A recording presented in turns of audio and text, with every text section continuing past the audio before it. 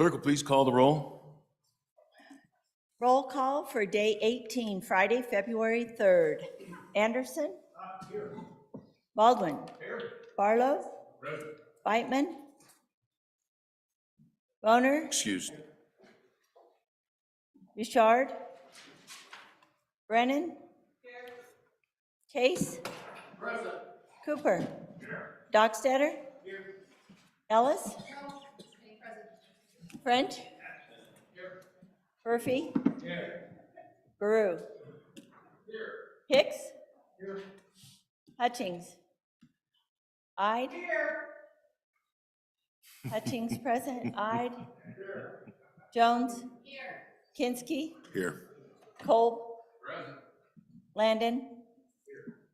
Larson? Here. McEwen? Here. Nethercott? Here. Pappas? Here. Rothfuss? Salazar? Here. Schuler? Here. Scott? Here. Steinmetz? Here. Beitman? Here. Rothfuss? Here. Bouchard? Excused? Excused. Kinski? Excused. And President Driscoll? Excused. Excused. Mr. Vice President, 29 present, 2 excused. Thank you. Prayer by Reverend Mark Marston of the First United Methodist Church. Let us pray. Our Lord in heaven, you have created the wing of a fly in the tallest mountain, the brightest day and the darkest night, the coldest winds and the gentlest summer breeze. And our Lord, we know that this day these men and women will take on problems and issues that are monumental to us. But our Lord, we know you can create all things, know all things seen and unseen. May your Holy Spirit be with them, to bless them with your presence and your wisdom. For these things we pray through Jesus Christ. Amen and amen. Senator Furphy, lead us in the pledge. Pledge allegiance to the flag of the United States of America and to the republic for which it stands, one nation, under God, indivisible, with liberty and justice for all. Reverend, thank you. Thank you for your time this week. It's greatly appreciated, and we've got a little token of our appreciation, a coin from this session of the legislature. Well, thank you very much. So Appreciate your wonderful to be presence. here. Thank you. Thank you all.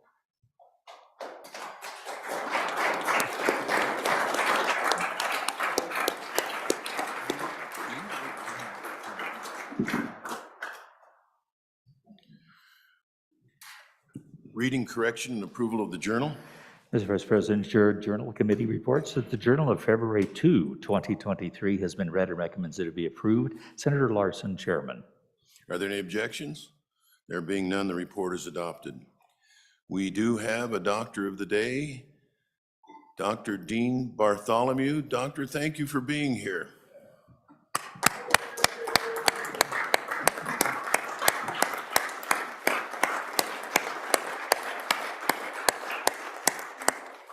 Dr. Bartholomew comes all the way from Powell to be with us. Today in Wyoming history, sugar beet processors in Torrington are accused of polluting the North Platte River. Yeah, it's reported fish have not been prevalent since the refining started, a story from 1961. Quote for the day, if a window of opportunity appears, don't pull down the shade. That's always good advice. First of all, to all of you, a big thank you for getting your amendments in as early as possible, getting them numbered as early as possible. Staff is very much appreciated, and getting the amendments in, approved, reviewed, numbered, and out went much, much smoother. And so thank you all very much for that.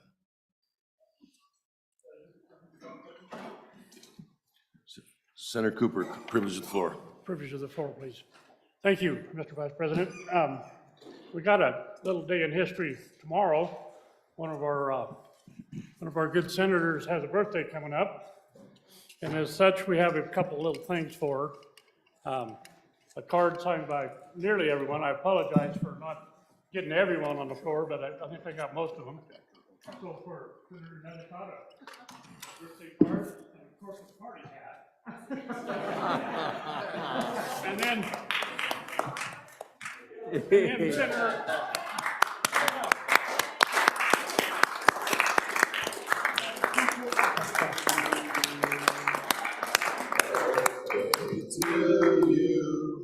Happy birthday, dear Tara, Senator. Happy birthday to you and many more. To help her remember her lost youth, if she could.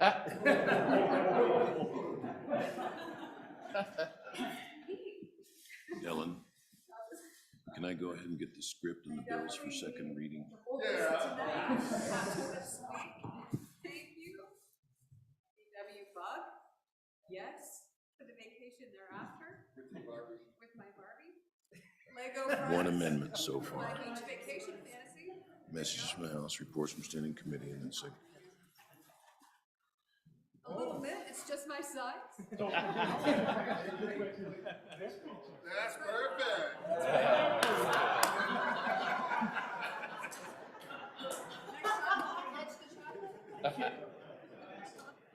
This is wonderful. Thank you so much. There's books too. What else you got? Put her mic on. Bubbles. Bubbles. Look out. Look out, now you're live. Oh no, I'm live. Oh my God. I have to send Valentines. All right, 32 Valentines for all of you. Get Just ready. the no votes. Get ready with 32 tattoos. This is amazing. This is the best birthday. Finally. Oh, chocolate, yeah. Nobody saw those? Some Godiva chocolates. Good stuff. This looks, yes. Oh, those are good. Yes. Some unicorn sunglasses because we are all mythical creatures in here. This is good. Oh, amazing. Whoa. We will share a page, all of us together, with the crayons. And an epic book of awesome. Again, I'll tear out a page and share the crayons. I promise to share all 8 of them in here. Thank you so much for a wonderful birthday. It's always a blessing and an opportunity to spend my birthday here in session, as I have for the last 6. So it is an honor and a privilege to share such a special time with all of you year after year. So thank you so much for making this one so special and fun. Happy Friday. Here's to a good work for us all today.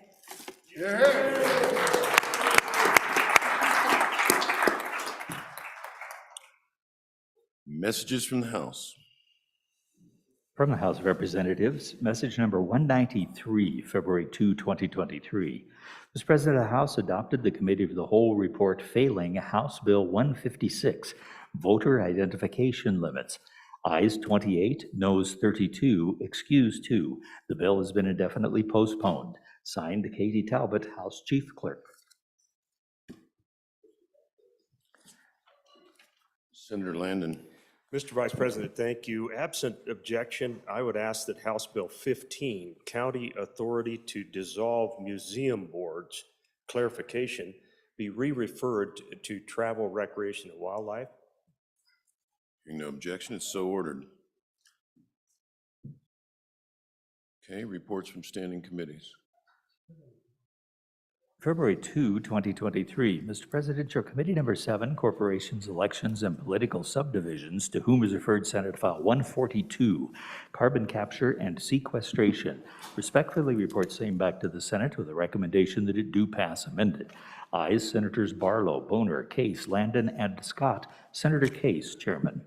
February 2, 2023, Mr. President, your Committee Number 5, Agriculture, State and Public Lands and Water Resources, to whom is referred Senate File 149, Enhanced Concealed Carry Permit for Improved Reciprocity, respectfully reports same back to the Senate with a recommendation that it do pass. Ayes, Senators French, Hicks, Ide, Kolb, and Steinmetz. Senator Steinmetz, Chairman. February 2, 2023, Mr. President, to Committee Number 5, Agriculture, State and Public Lands and Water Resources, to whom is referred Senate File 148, Preemption of Local Firearms Regulation. Respectfully report same back to the Senate with a recommendation that it do pass. Ayes, Senators French, Hicks, Ide, Kolb, and Steinmetz. Senator Steinmetz, Chairman. February 3, 2023, Mr. President, your Committee Number 1, Judiciary, to whom is referred House Bill 97, engrossed, Chancery Court Jurisdiction Amendments. Respectfully report same back to the Senate with a recommendation that it do pass. Ayes, Senators Case, Cooper, Furphy, Landon, and Schuler. Senator Landon, Chairman. February 3, 2023, Mr. President, Committee Number 1, Judiciary, to whom is referred House Bill 111, engrossed, Endangering Children, Fentanyl. Respectfully report same back to the Senate with a recommendation that it do pass. Ayes, Senators Case, Cooper, Furphy, Landon, and Schuler. Senator Landon, Chairman. February 3, 2023, Mr. President, Committee Number 1, Judiciary, to whom is referred House Bill 112, engrossed, theft penalty for fifth or subsequent offense. Respectfully report same back to the Senate with a recommendation that it do pass. Ayes, Senators Case, Cooper, Furphy, Landon, and Schuler. Senator Landon, Chairman. Thank you. Today is the last day for bills to be reported out of committee in the House of Origin, and the last day for action on committee of the whole is when? Monday. The Senate Appropriations Committee, we knocked out a lot of re-referrals yesterday. If you think you may have a re-referral on a bill, try and hustle it to us and we'll knock it out Monday and get it back to the floor. Second reading of bills. Senate File 50, second reading of the Senate file. Senate File 50, Charter School Amendments. Senate File 50 having been read 2 separate times, the question is, shall the bill be read a third time? Hearing no objection, it's so ordered. Senate File 52. Senate File 52, School Finance Special Education Funding. Senate File 52 having been read 2 separate times, the question is, shall the bill be read in a third time? Hearing no objection, it's so ordered. Senate File 110. Senate File 110, Personal Property Tax Exemption. Senate File 110 having been read 2 separate times, the question is, shall the bill be read a third time? Hearing no objection, it's so ordered. Senate File 131. Senate File 131, Prohibition on Delivery of Unsolicited Ballot Forms. Senate File 131 having been read 2 separate times, the question is, shall the bill be read a third time? Hearing no objection, it's so ordered. Senate File 140. Senate File 140, Building Code Requirements, Refrigerants. Senate File 140 having been read 2 separate times, the question is, shall the bill be read a third time? Hearing no objection, it's so ordered. Senate File 157. Senate File 157, Weed and Pest Mitigation, Tribal Inclusion 2. Senate File 157 having been read 2 separate times, the question is, shall the bill be read a third time? Hearing no objection, it's so ordered. Senate File 159. Senate File 159, Stop ESG, Eliminate Economic Boycott Act. Senate File 159 having been read 2 separate times, the question is, shall the bill be read a third time? Hearing no objection, it's so ordered. You've got an amendment coming up. Senate File 164, second reading of the Senate file. By the way, I'm present now. Senate File 164, Public Improvement Contract Requirements Amendments. Senate File 164 having been read 2 separate times. The question is, shall the file be read a third time? Hearing no objection, is so ordered. Senate File 172, second reading of the Senate file. Senate File 172, Stop ESG, State Funds Fiduciary Duty Act. There is an amendment. Do we have the amendment read in, please? Senate File 172, second reading amendment number 1, page 8, lines 4 through 12, delete. Senator Scott. Mr. President, move adoption of this amendment. Mr. President, if you recall the discussion in Committee of the Whole yesterday, there was concern that by putting in a stringent penalty provision, if one of our fund managers violated this law, we would scare off the fund managers because there is some discretion involved in here and what really constitutes violating what we're telling them to do here. And what this amendment does, Mr. President, is remove that penalty provision and put in an alternate that the investment entity, which is whichever state pension fund or whichever state entity is doing it, may terminate or not renew the contract of any fiduciary violating the provisions of this section. Essentially, Mr. President, what we're doing then is relying on the traditional private sector motivation that you treat your customers the way they want to be treated. And this bill gives instruction that way. It means with the may in there, it means we won't have unintended consequences from passing this bill. And I would also point out that sometimes termination of a contract will be a feasible thing, and sometimes the terms of the contract will be such that would not be a wise thing to do. So the may is a language very important, Mr. President.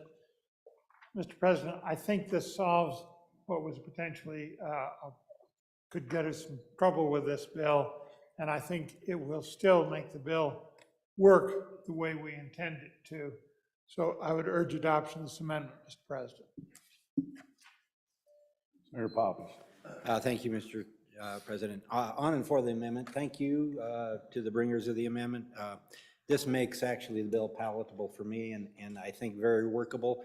And I believe that the intent of the bill still is maintained. And so I urge you to pass the amendment. Question being called. We're voting on second reading amendment number 1 to Senate File 172. All in favor say aye. Aye. Those opposed, no. Second reading amendment number 1 to Senate File 172 has passed the Senate. We're back on the bill. Having been heard 2 separate times, the question is, shall the bill be heard a third time? Hearing no objection, it is so ordered. Senate File 181, second reading of the Senate file. Senate File 181, drug-induced homicide. Senate File 181, having been heard 2 separate times, the question is, shall the bill be heard a third time? Hearing no objection, it is so ordered. Senate Joint Resolution 11, second reading of the Senate Joint Resolution. Senate Joint Resolution 11, Convention of States. Senate Joint Resolution 11, having been read 2 separate times, the question is, shall the bill be read a third time? Hearing no objection, it is so ordered.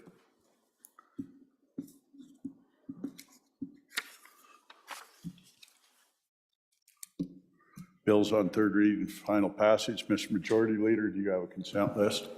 Mr. President, I do have a consent list. I move third reading consent list, Senate File 80, Visitation Rights, Senate File 141, Transportation Technology Transfer Center Program Funding,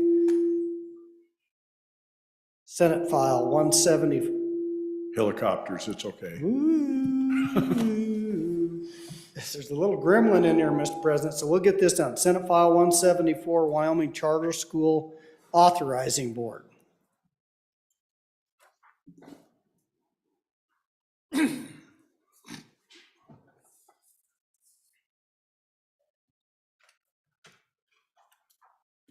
Thank you. I'm at the wrong place on my list. Where's my?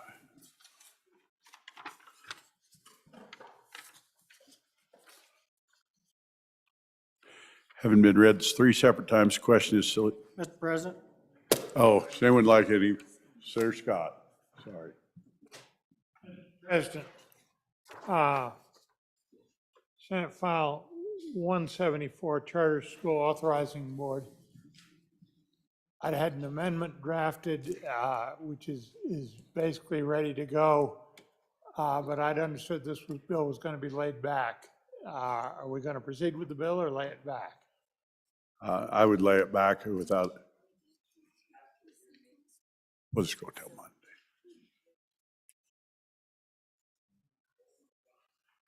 Okay, we're just going to withdraw the consent list and go to third regular. And that'll give you a minute if you like your amendment. If not, you can ask for it to be laid back when we get there. Mr. President, what would you prefer? You'll need to withdraw your motion. Okay, but Mr. President, Yeah. my inquiry is, would you prefer to act on it today, in which case I'll scurry in the amendment, or would you prefer to have it laid back? Senator Scott, I'd prefer it got laid back a day. I would prefer to lay back a day. Okay.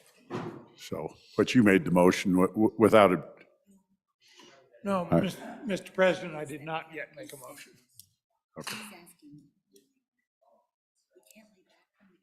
okay.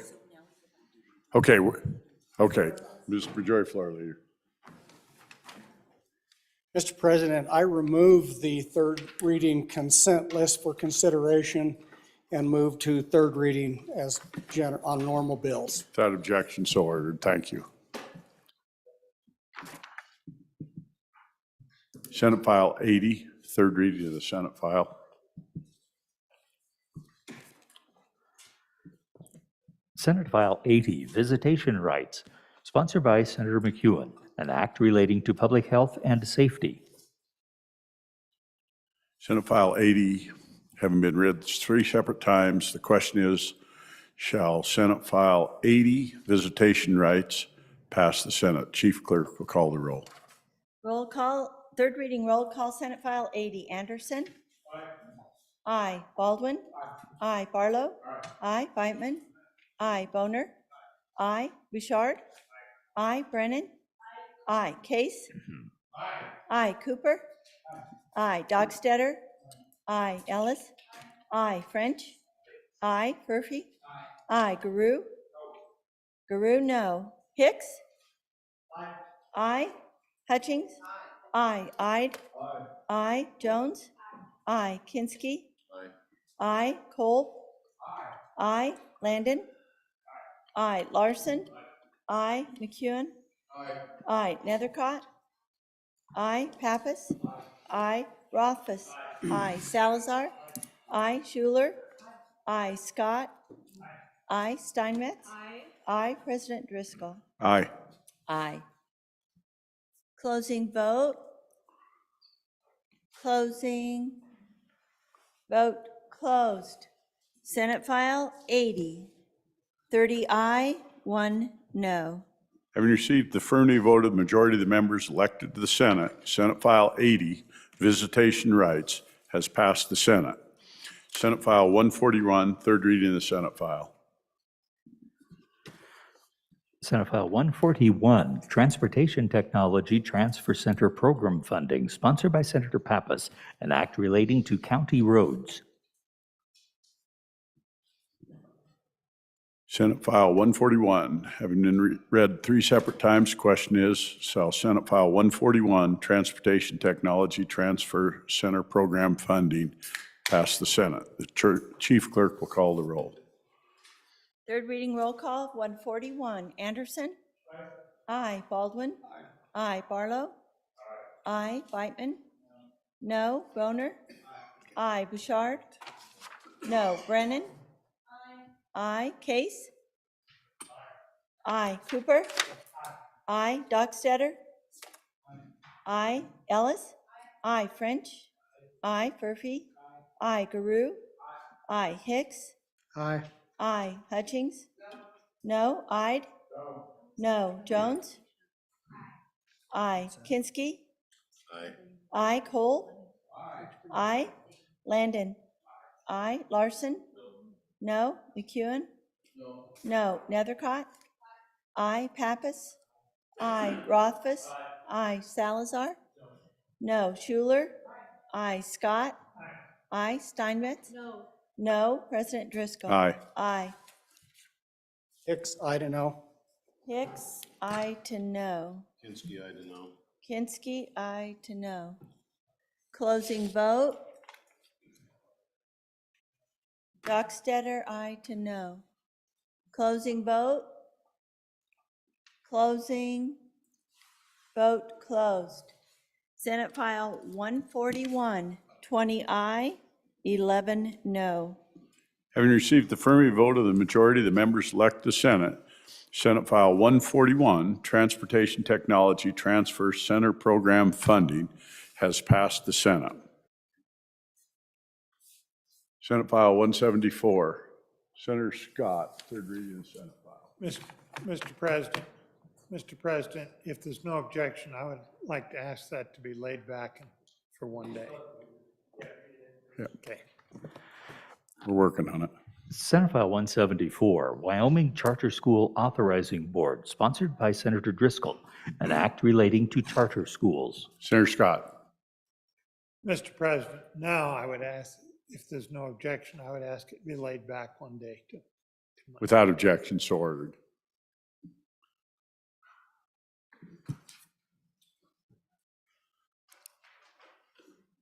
Okay, we're ready for the run of the day, folks.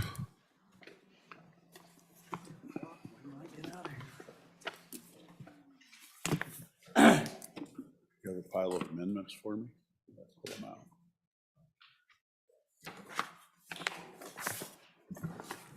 Senate File 1, third reading in the Senate file.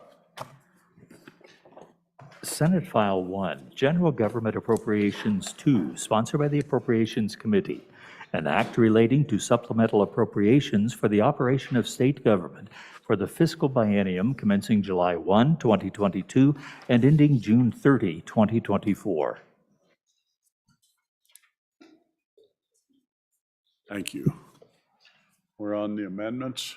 We have the First Amendment read in, please. Mr. Chairman, Senator Kinski, privilege of the floor. granted. Just wanted to give you folks a little update on where we stand after second reading. You've got a goldenrod here. I won't go through the whole thing, but just point out a couple of highlights. First of all, this, House versus Senate spending. The House increased appropriations over the proposed budget by $33 million. The Senate decreased appropriations by $204 million. We deposited $412 million to the Permanent Mineral Trust Fund corpus, and you can see that transfer on page 3 of the goldenrod. Go down to row 46. And out of the LSRA, it says 2023 budget bill, transfer to savings, far right column, Senate status, 412 million. So that was 412 million out of the LISRA and into the Permanent Mineral Trust Fund. We also deposited 246 million into the Common School Public Land Fund corpus. And you can see that on page 4.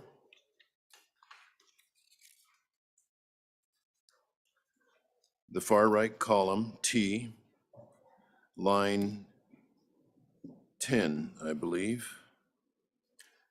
2023 budget bill, redirection of SFP, School Foundation Program, federal mineral royalties to the Common School Public Land Fund. It says RA, but it was actually the corpus, $246 million. Of the Senate savings,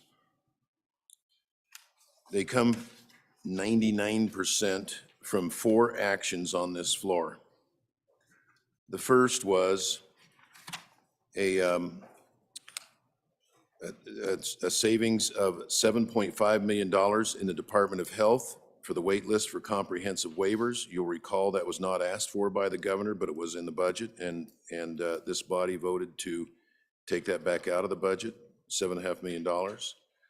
This body also removed $30 million in general fund money from the Wyoming Business Council and another $7.4 million in general fund for the Community Facilities Program. You'll recall that was for 3 different projects in 3 different communities under a program that had been disbanded for 8 years.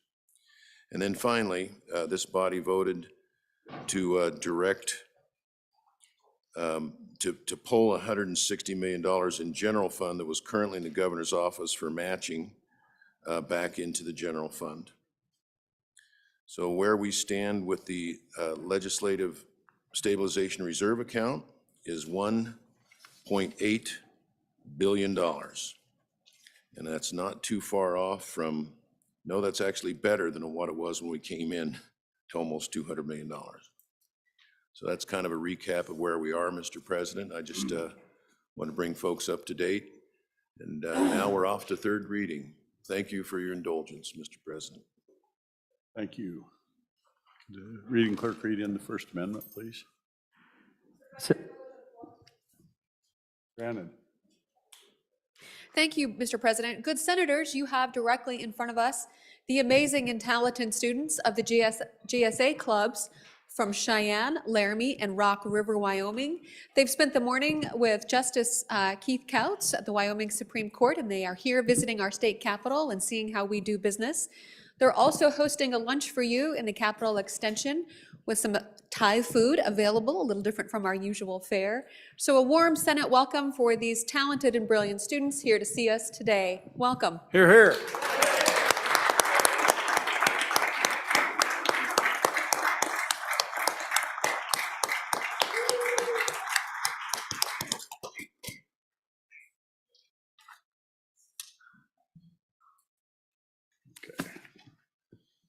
First Amendment, please. Senate File 1, third reading amendment number 1, Section 6, Administration and Information, page 15, line 27, after. Senator Hicks. Mr. President, I move third reading number 1, the Senate File 1, and ask for your favorable consideration. This just goes into a footnote into the A&I divisions.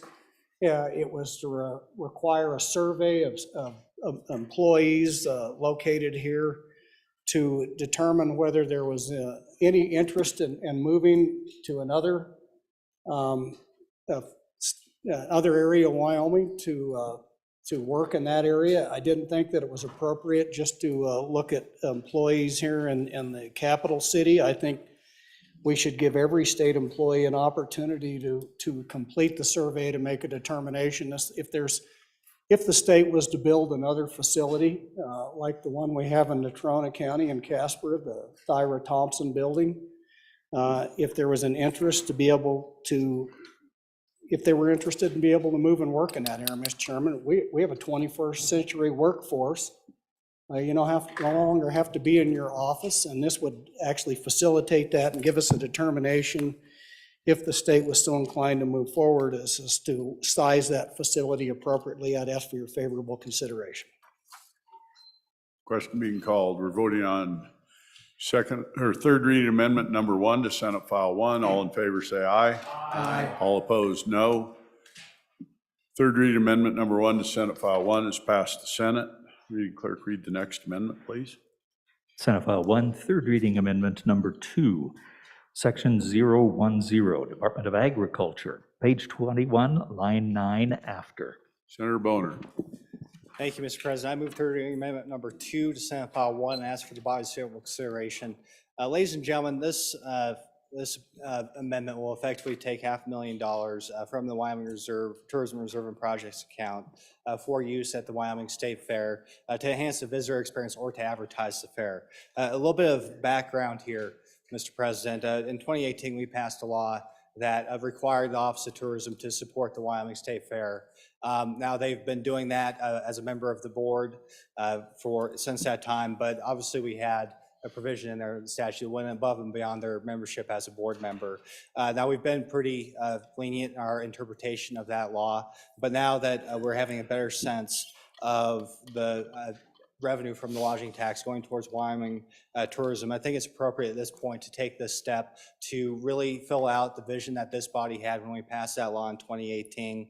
So all this is a one-time expenditure, see how it goes, recognizing that this, we're not sure exactly how much this tourism or this lodging tax raises year over year over year.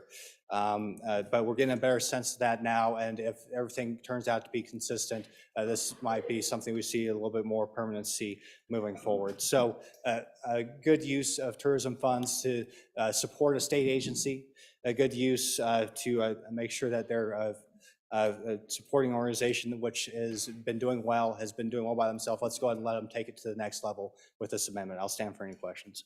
Any questions? Senator Case. Mr. Chairman, I appreciate the effort in this agency. I was wondering if we could have a little discussion about how the State Fair is treating our people in Wyoming who have developmental disabilities and other disabilities for access and reaching out to them. That would be a good thing to learn about. Senator Rothfuss. Thank you, Mr. President. I do have a question. In the past, we have dedicated dollars actually to our travel and tourism department to do outreach and advertising to bring tourists to the state for a variety of projects. Effectively, we set up a target area for marketing, and then they have the capacity and the tools to understand how effective those programs have been. As I read this, the way it's structured, it's actually $500,000 provided to the state fair for advertising the fair, as opposed to travel and tourism to do that.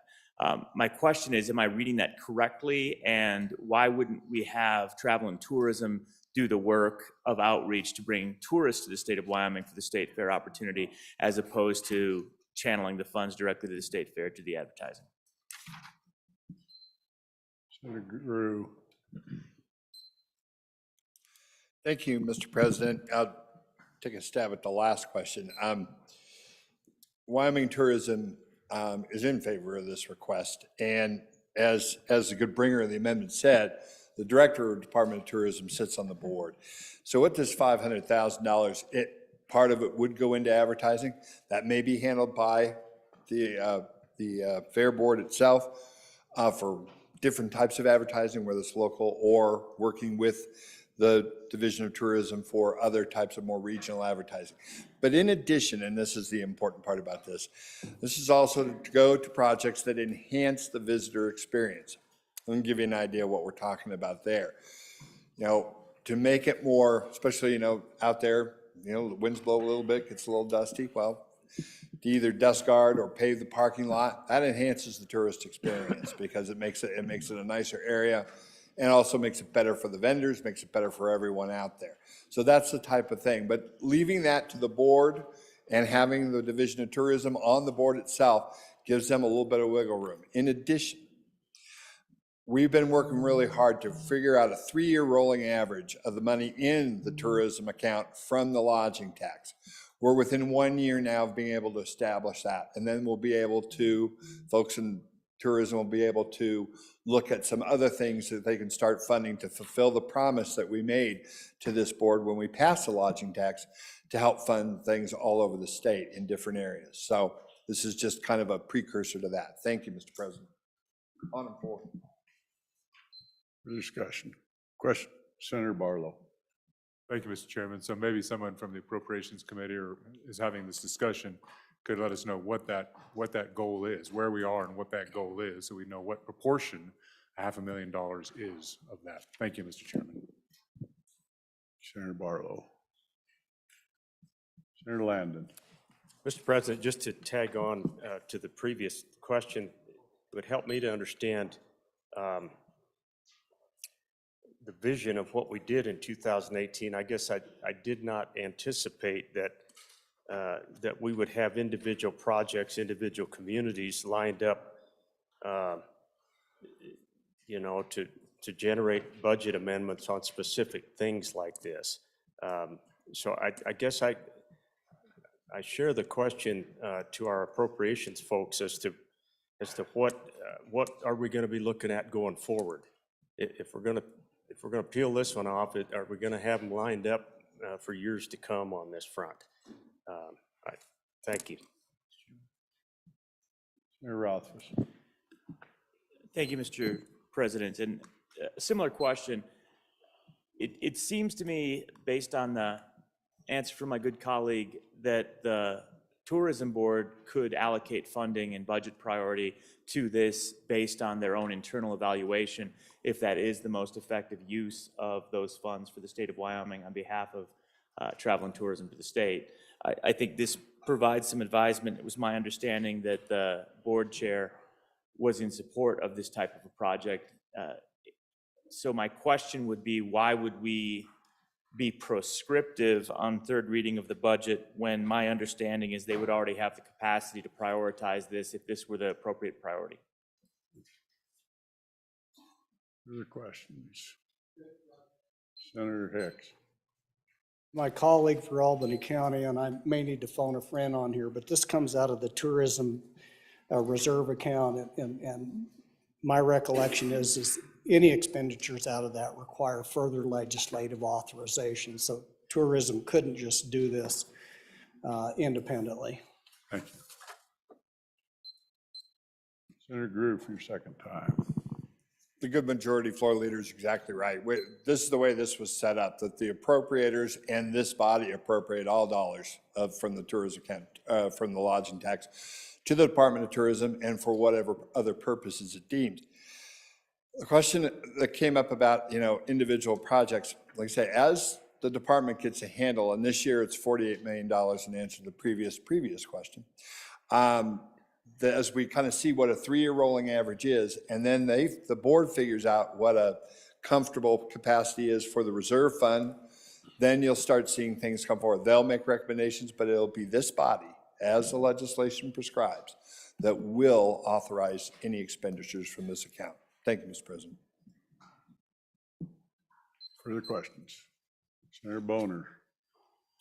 Thank you, Mr. President. Just to wrap it up, so to answer one of the first questions, the minority leader on line 10, it says these monies shall be extended for the state fair, not by the state fair. So I think that's the idea. We want to leverage the experience certain there and the professionalism of our tourism office. As far as the concern about this, just becoming a sort of a feeding frenzy, I guess, for different state agencies that are related to tourism. I point out that, once again, to repeat myself, Mr. President, this is something that's already in statute. The reference is 11-10-12E, where it says the Office of Tourism shall advertise the state fair. And finally, there's a question about disability access. I would say that the State Fair has been working very diligently through their master plan, updating facilities and bringing them up to code, which includes increased disability access. I point out that that's something that we don't have to authorize necessarily in this body. That's happening as we speak, but we don't necessarily have to come here and increase funding in order for that to happen. Thank you. Question being called. We're on third reading amendment number 2 to Senate File 1. There is money involved. It'll be a roll call. Roll call, third reading amendment number 2. Anderson? Aye. Aye. Baldwin? No. Barlow? No. Whiteman? Aye. Boner? Aye. Aye. Bouchard? No. Brennan? Aye. Case? No. Cooper? Aye. Dockstetter? No. Ellis? No. French? Aye. Murphy? Aye. Guru? Aye. Hicks? Aye. Hutchings? Aye. Ide? No. Jones? No. Kinski? Aye. Kolb? Aye. Landon? No. Larson? Aye. McEwen? Aye. Nethercott? Aye. Pappas? Aye. Rothfuss? Aye. Salazar? No. Schuler? No. Scott? Aye. Steinmetz? Aye. President Driscoll? Aye. Aye. Barlow, no to aye. Landon, no to aye. Closing vote. Closing vote closed. Second reading amendment number 2, 22 aye, 9 no. By your vote, third reading amendment number 2 to Senate File 1 has passed the Senate. Clerk, read in the next amendment, please. Senate File 1, third reading amendment number 3, Section 11, Department of Revenue, page 23, line 4, under. Senator Dockstader. Thank you, Mr. President. This position deals with our property tax relief program. Turns out it's very popular, imagine that. Listen to this number. There were 4,395. There were 4,395 applications, and the position that managed these applications was cut back in 2021. So what they've got is kind of a logjam situation they're not catching up on. They're stepping back in and saying, can we have some help with that? Why do they need it? They need to process these in a timely manner. We already have the automation in place. Another number for you to think about. Only 500 of the 4,395 applications were online. Most are choosing it to do with the old mail system because many of their applicants are seniors and they need a person back to process this because they need to keep it going in a timely manner. I ask for your approval. Senator Dockstader, could you move the amendment, please? Oh, okay, thank you. I need to move third reading amendment number 3 to Senate File 1. Thank you, Mr. President. Thank you. Further discussion? Senator Case. On and for, Mr. President, this is a program that we didn't fund for a while, and we funded it for the first time last year. It's targeted program, gives property tax relief to people that really do deserve it. And it's the one way we can do something for them right now. Thank you, Mr. President. Further discussion? Senator Beitman. Thank you, Mr. President. I'd just like to hear from the Appropriations Committee. Is this position truly needed, or is there flex within the department to be able to do this if they need it? I would imagine if it went through the process, they probably would have heard it during their interim discussion. So I'd just like to hear from the Appropriations Committee. Thank you. Chairman Kinski. Thank you. This was part of the governor's budget originally. The Appropriations Committee removed the position, granted a number of others. I believe this is coming back via Senator Dockstader at request of the executive branch. Thank you, Mr. President. Further questions? Seeing none, we're on third reading amendment number 3 to Senate File 1. Wells Money, roll call, please. Roll call, third reading amendment number 3. Anderson? Aye. Baldwin? Aye. Barlow? Aye. Beitman? No. Boner? Aye. Bouchard? Brennan? Aye. Case? Aye. Cooper? Aye. Dockstader? Aye. Ellis? Aye. French? No. Furphy? No. Guru? Aye. Hicks? No. Hutchings? No. Ide? No. Jones? No. Kinski? No. Cole? No. Bouchard? No. Landon? Aye. Larson? No. McEwen? No. Nethercott? No. Pappas? Aye. Rothfuss? Aye. Salazar? No. Schuler? Aye. Scott? No. Steinmetz? No. President Driscoll? No. No. Brennan, aye to no. Landon, aye to no. Closing vote. Closing.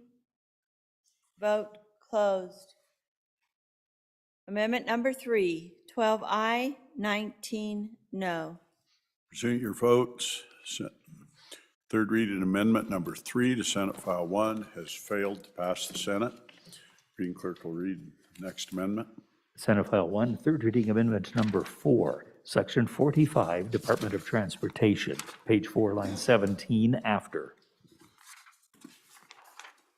Senator Pappas. Thank you, Mr. President. I move amendment number 4 to Senate File, or third reading amendment number 4 to Senate File 1, and ask for your consideration. Fellow senators, if you recall Senate File 22 regarding WildLink funding, this brings back our concept of funding WildLink out of the general fund, but with a slightly different twist. I made a modification to this from the bill that you saw, and hopefully that modification will make it a little more palatable for you. In Senate File 22, it paid for many items. In priority order, it paid for operations and maintenance, then acquisition of equipment, then expansion of the system, and then other expenses. So it paid for those things in priority order. I've heard from a lot of you that you were okay with operations and maintenance, but acquisition of equipment, expansion of the system, and other expenses was going a little too far. So I have removed those in this budget amendment. The maintenance and operation of WildLink is really a contractual obligation of the state. Ever since we stood up the system, we've put plus or minus $200 million in the system. We've got a lot invested in it. And maintaining and operating it is critical. It's used by over 500 agencies and departments in the state. You've heard that: rural fire, local fire, law enforcement, EMS, public works, school districts, city agencies, state agencies, and yes, even federal agencies. We have 16,000 plus users of the system, over 12 million calls a year. And by the way, the state maintains and operates 96 of the sites, but there are 9 sites. 10% of the system is actually paid for, maintained by local government. So they have some skin in the game too. And your interim committees have studied for the last 3 interims how to pay for the ongoing maintenance and operation of the system. And your last revenue interim committee decided the best way to do that is out of general fund dollars. The current budget draws from MRG funds, okay, and other accounts in YDOT. And when we draw from those accounts, those monies are not going to our roads. And as Corporations Committee heard last night, we're already underwater in our horizontal construction, roads, highways, and bridges, to the tune of $120 million a year. Pretty soon our roads are going to be crumbling. And YDOT, if you look at YDOT wide, all their 5 different areas of concern, roads being one of them, they're $264 million in the hole every year. So things are gonna start deteriorating. This is a system that is critical to all our citizens. We need a steady source, and since the protection of our citizens is an essential requirement of government, this emergency communication system that we use in Wyoming helps all of our citizens. It protects them, and that's a critical requirement of the government. And for me, then, it's the logical general fund obligation. And so it's looking to provide for this biennium and bienniums on a stable source of funding from the general fund. So it's $8.6 million. I urge your support. We do need to maintain the systems that we have. We don't want them to go into disrepair.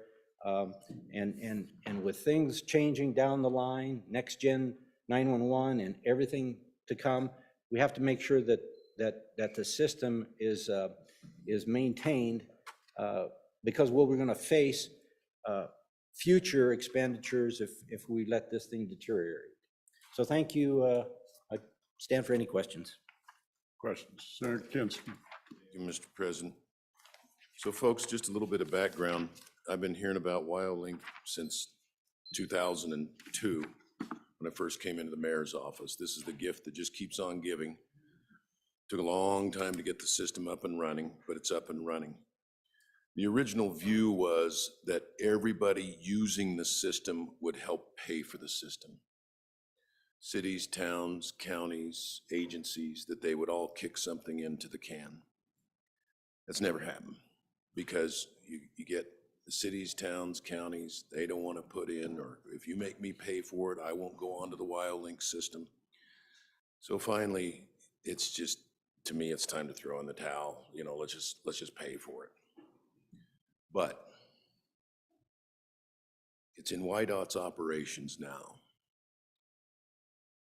I personally resist seeing YDOT say, we're an independent agency, we have a block grant, we handle our own budget.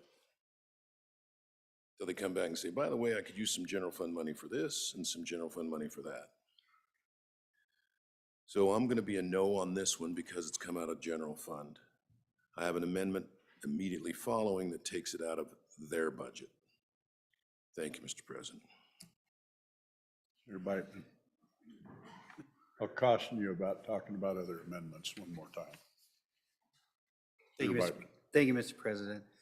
Similar to what I was thinking, I remember we go through YLink every single budget, whether it's supplemental or regular budget.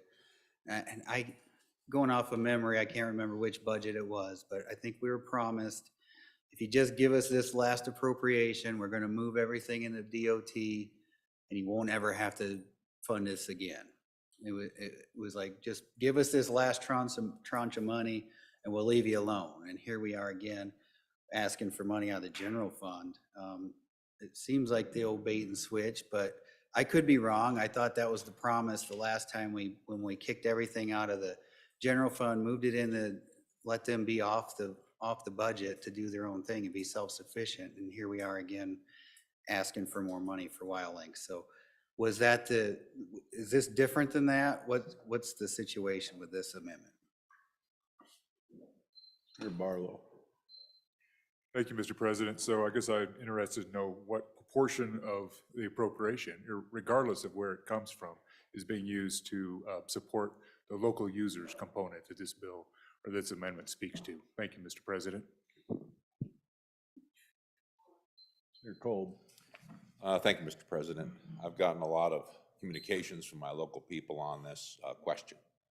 So I had it researched by LSO, and this is fully funded for the biennium.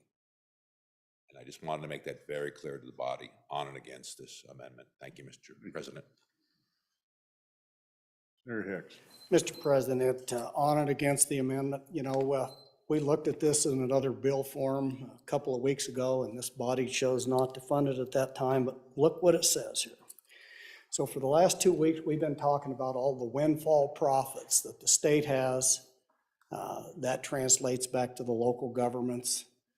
And yet this bill says offsetting any charges to local government users. And so how is it at one point in time we could have all these windfalls for cities, towns, counties, and all this money coming in, but yet we're now in a position that we're going to offset that additional on top of that, Mr. Chairman? We've already debated this on and against the amendment. Good. Senator Land. Mr. President, thank you. I will probably be in support of this amendment simply from having served the last 2 years as your transportation chairman. We spent hours and hours on WildLink. I can remember going back to our appropriations days together, Mr. President. You and I sat on appropriations and wrung our hands together related to this emergency communication system. The hard part is there's 98,000 square miles out there, rough terrain, lots of distance. So to answer my good friend from Sheridan County, the fact is, no, it's never going to be funded. We're always going to have to take care of this emergency communication system. And guess what happens to electronic equipment? It gets old. It needs to be replaced. We have to work on towers. Sometimes we want to put up another tower so that we can communicate with each other. Regardless of who pays for this, just remember what it does, Mr. President. This is a system. Think about the wreck that we had last year that was such a tragedy over by Elk Mountain. We had another one this year. I don't have the facts and figures on that one, but last year, 8 different agencies responded to that wreck over at Elk Mountain. And it was all because they could communicate with each other. This all came about shortly after the big tragedy back in New York City. You might remember that. And we got to look at each other and said, you know what? We better comb our hair a little bit and look a little bit better on this front. We can't communicate with each other. Sheriff can't talk to the trooper can't talk to the hospital, we can't talk to the ambulance. Folks, we're always going to have to fund this thing. And with all great respect, I would rise to defend the highway fund. The highway fund, you keep picking these little pieces out of that highway fund, and guess what happens? You get potholes in the road between Rock Springs and Evanston because we don't have enough money to fix them. we're running a deficit, as the good senator brought up to you just a few moments ago, of $264 million a year that we're not putting on the roads. And we're going to take some more of it out of the roads and go fix a tower with it so that our emergency responders can communicate with each other. Folks, that's a 30,000-foot view. We've got an emergency communication system for 98,000 square miles out there. From town, to the ambulance, to the hospital, to the sheriff's office, we need to be able to communicate if we're going to keep our constituents safe. And shouldn't that be one of our number one priorities? Safety and security of our people? Thank you, Mr. President. Cooper. Thank you, Mr. President. I'm going to speak for just a minute on behalf of my 5 counties, which, by the way, is 22% of the counties in the state of Wyoming. I've heard from every one of these 5 counties, from their commissioners and from their law enforcement. Yes, this is ran by WYDOT, but it's ran for the benefit of our counties and our local entities, our ambulance, our fire.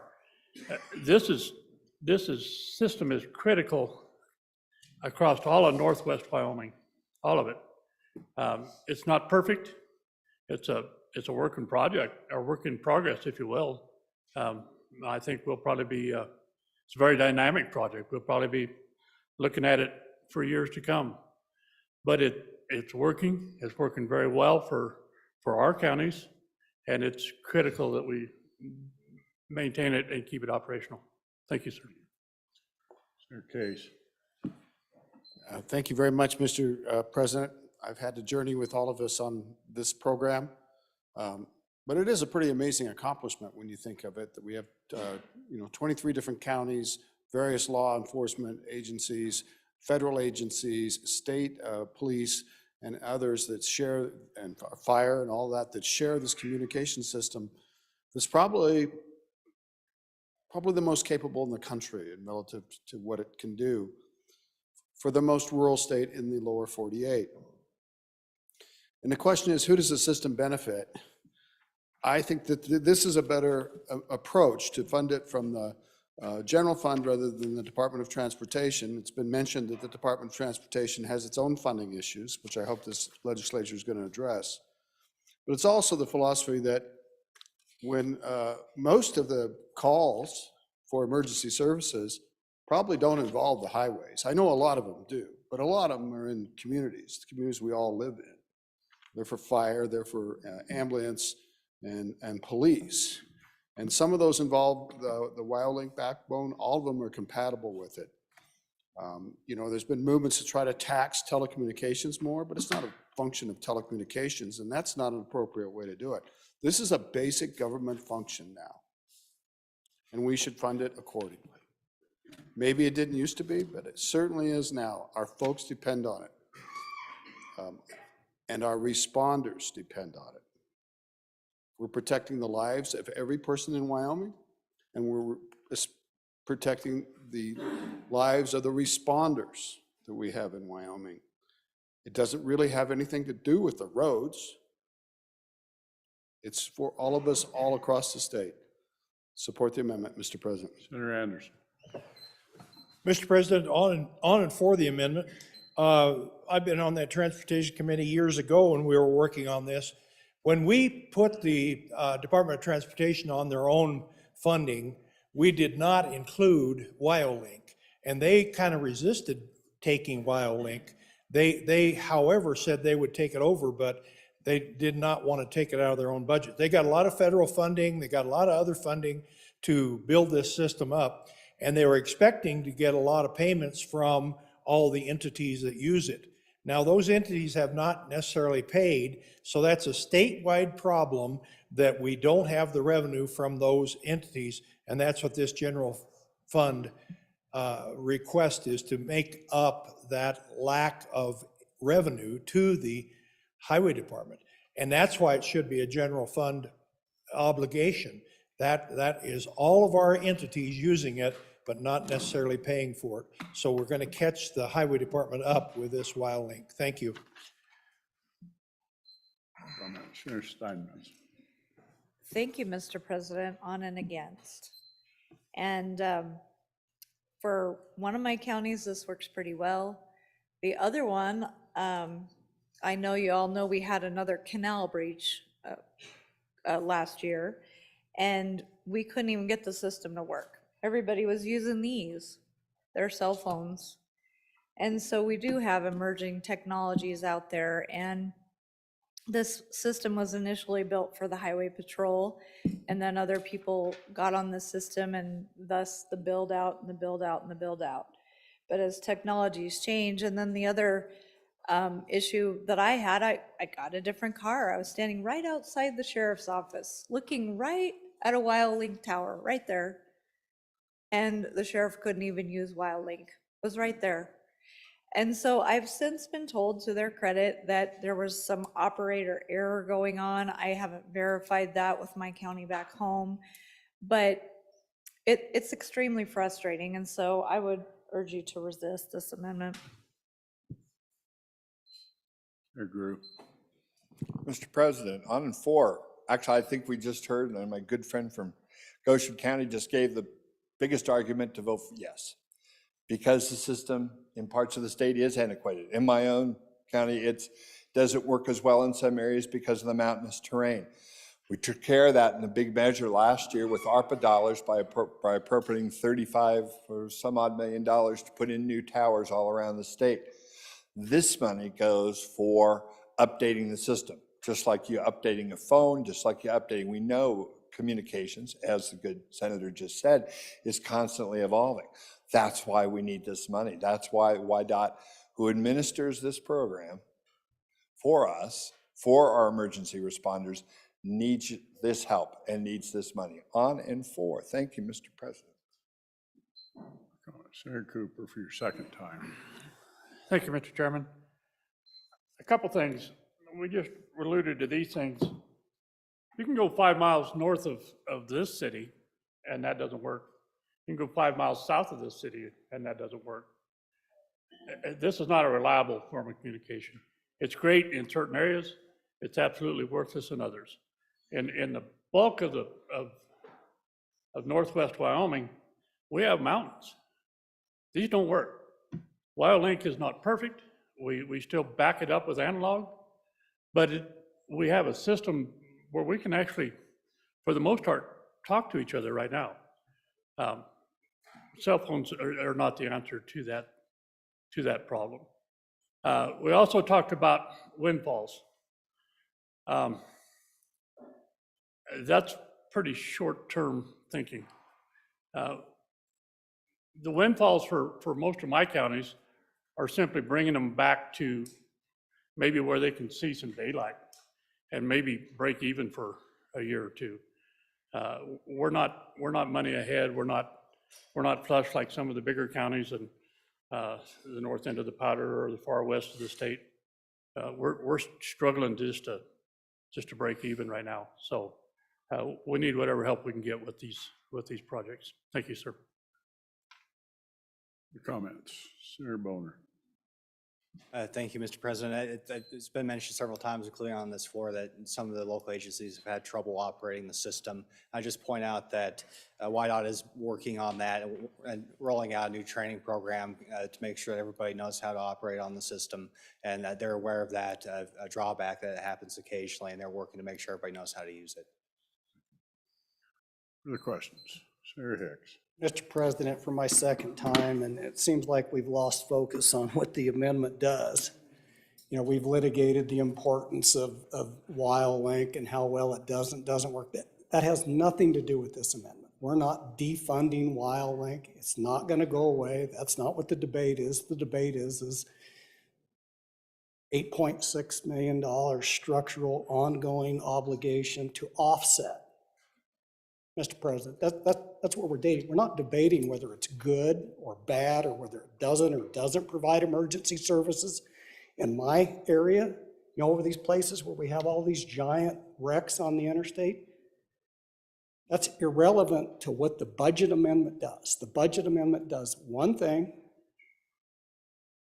All it does is say that the state's going to pick up 100% of the bill for this. Local users don't have to pay anything. WildLink doesn't go away. It's not defunded. It's a fund swap, folks. That's the only thing that we're debating here. So let's stay focused on what the amendment does. Thank you, Mr. President. Other comments? Senator Kinski. Mr. President, thank you. I concur, the system is necessary.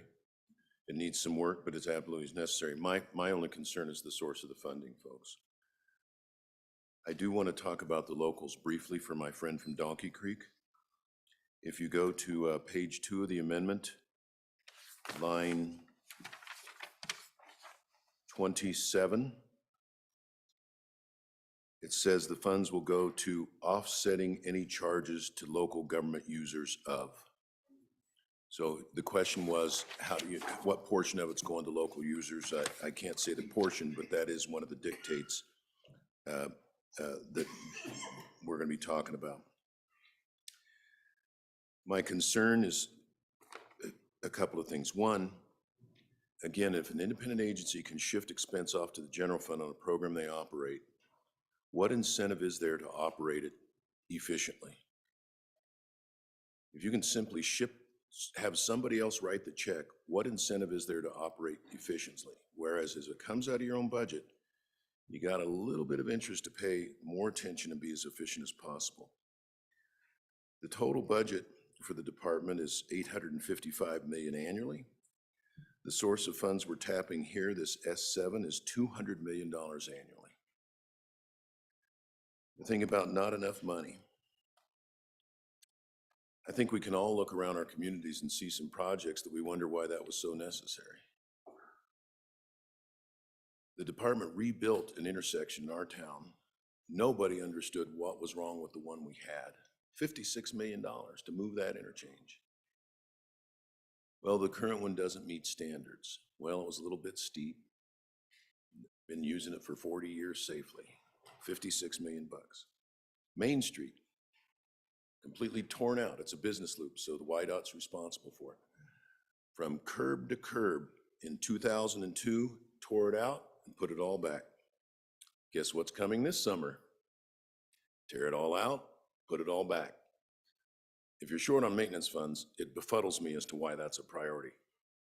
Nobody can see anything wrong with Main Street. So I think it's just a matter of managing the budget and assessing the priorities. This is something that could clearly fit within their budget. I would urge a no vote because this is coming out of general funds. Thank you, Mr. President. Question being called. Your Pappas for your last time. Thank you, Mr. President, for my last time. I've listened to this conversation for years now. I really think, I really have to push back on some of the thoughts. I agree that it is about where the funds are coming from. And I think no one disputes that the system is needed and what it does for us and does for our citizens. But the facts are that, number one, WYDOT didn't ask for this system. We imposed it upon them, right? And then we took them off the general fund. And it is correct that we did initially, that we wanted buy-in, we wanted some money from the locals that are using this. However, I see that, number one, we've been robbing them. And if you look at the tax relief packages that we're going to pass out of this body, where we're reducing even more the taxes that these local communities will have to offset, how can they even pay for anything when we're taking money away from them, giving them back to the taxpayers, right? I just think it's disingenuous to say that this is not a general fund obligation. This is a general fund obligation in my mind above any other obligation. We were funding an emergency interoperable system. As was mentioned, cell phones are not interoperable. You can't pick up, a highway patrolman or a sheriff can't pick up a phone and get directly to, a helicopter flight to come get you. I don't have that number. Or this system is interoperable. You pick it up, you talk, and you can get to whoever you need immediately without dead spots. Granted, we've had some concerns, and that's why we've been building out towers. And someday we'll hopefully even, there's still a few spots in the state that we still can't get to. Hopefully someday we will. But to the point of paying for this, I don't know how our local folks can pay any more than they are. Remember, 9 of these towers out of 118, right? 10%. We own and operate 96 towers. The locals own and operate 9 of them, 10%.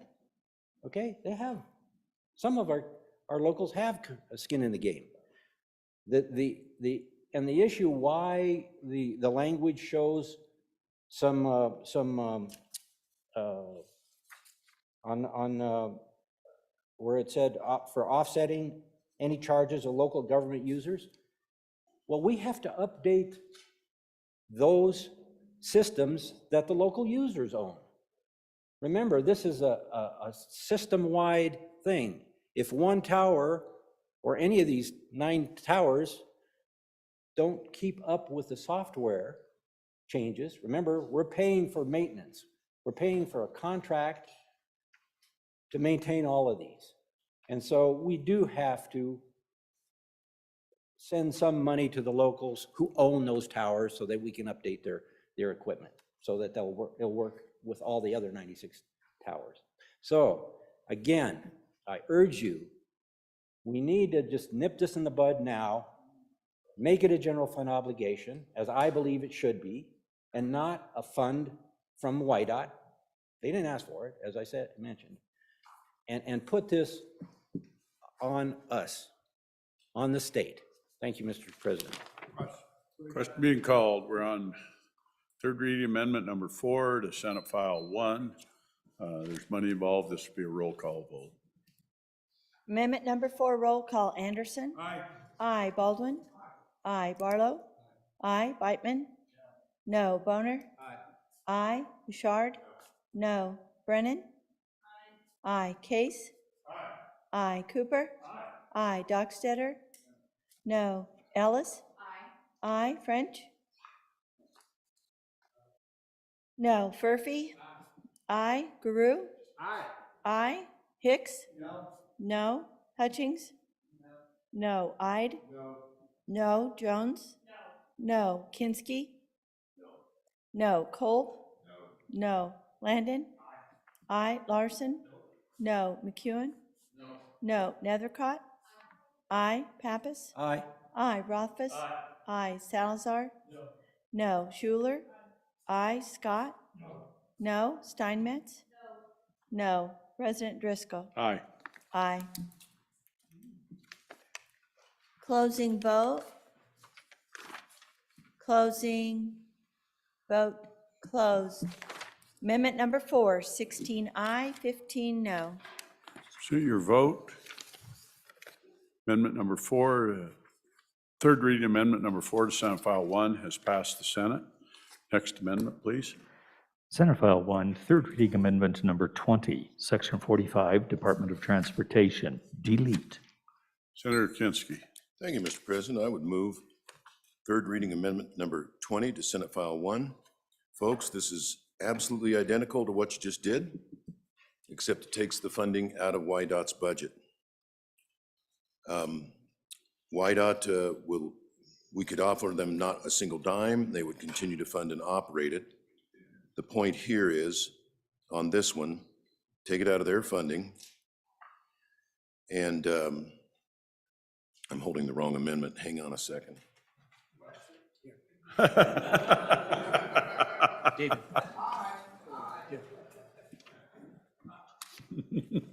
Okay, it is 20. I'm holding the right amendment. The difference on this one, you'll see on page 1, in the columns of numbers, the middle column, you go down and you see where it says 11 million, so forth, S7. We've just increased the amount that's appropriated out of S7, which is Highway Department funds. They'll continue to operate. I'm in favor of this because it does finally put to bed, resolve, how do the locals pay their share? It's going to be picked up by the department. But I like this one better than the last one because it stays on the department's budget where it's been for the last 20-some years. Thank you, Mr. President. Question being called. Question being called. Thank you, Mr. President. On against the amendment, again, I don't know why we want to keep penalizing a department who neither asked for this system for paying for it. As a good senator from Sheridan mentioned, yes, let's, I agree with him. Okay, we're going to give up on locals being able to pay. I frankly think we've shorted local governments as it is. But I still believe, as I mentioned during the last bill, that this is a critical component of public safety, and that's what government does. It maintains the safety of its citizens. This interoperable communication system used by many, many more agencies in WYDOT, right? 500 agencies, 16,000 plus users. Come on, folks. Why are we putting it on the back of WYDOT who don't have the funds anyhow? We're going to see another structural deficit in our highways coming. You know, we think we got a structural deficit in education. Wait a while. You know, we've got money now. Maybe we can put it in the roads for another year or two. But we can't pass a gas tax in this state. We can't find a road usage charge.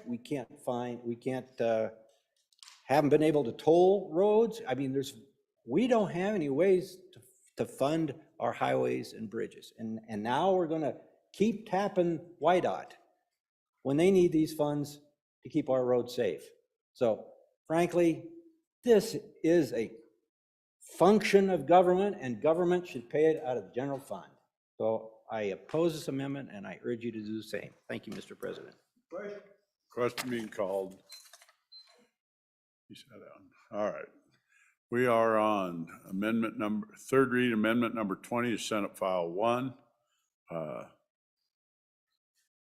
Roll call, please. Amendment number 20, roll call. Anderson? No. No. Baldwin? No. Barlow? No. Whitman? Aye. Boner? No. Bouchard? Aye. Brennan? No. Case? No. Cooper? No. Dockstetter? No. Ellis? No. French? Aye. Murphy? No. Guru? No. Hicks? Aye. Hutchings? Aye. Ide? Aye. Jones? Aye. Kinski? Aye. Cole? Aye. Landon? No. Larson? Aye. McEwen? Aye. Nethercott? No. Pappas? No. Rothfuss? No. Salazar? Aye. Schuler? No. Scott?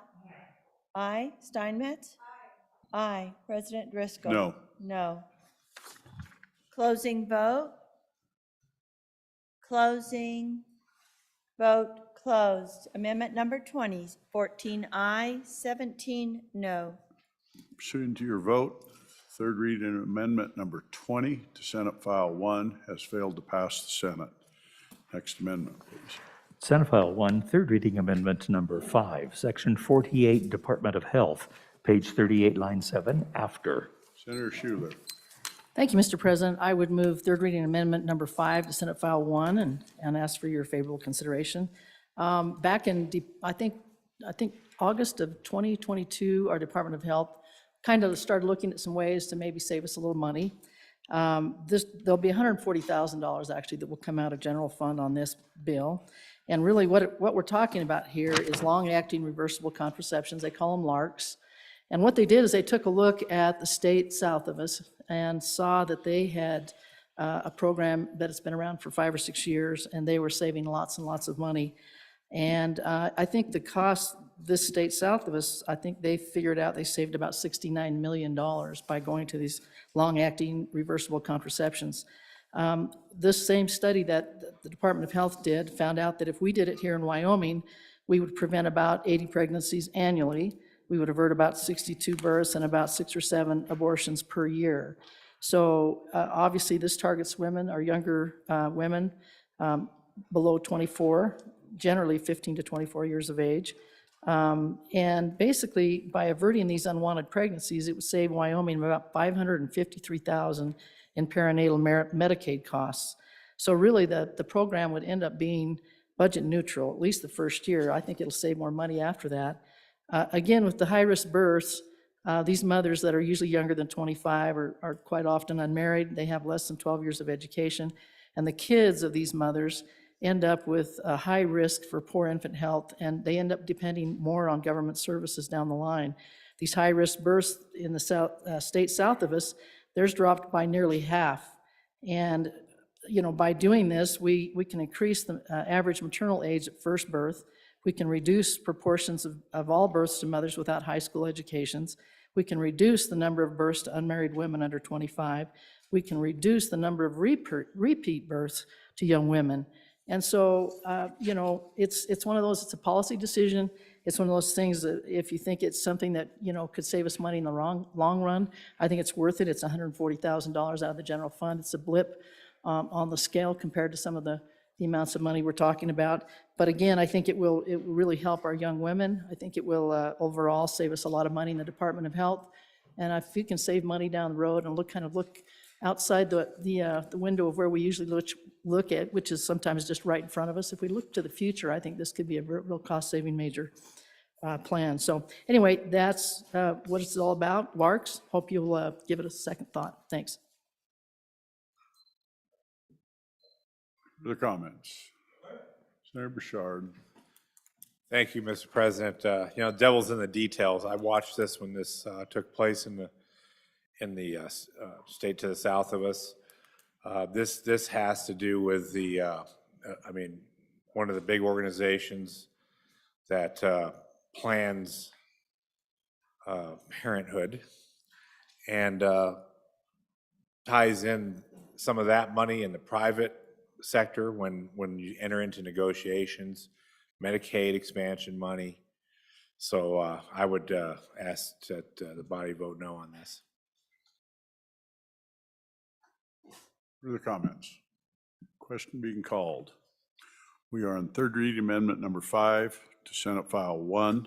This involves money. Roll call.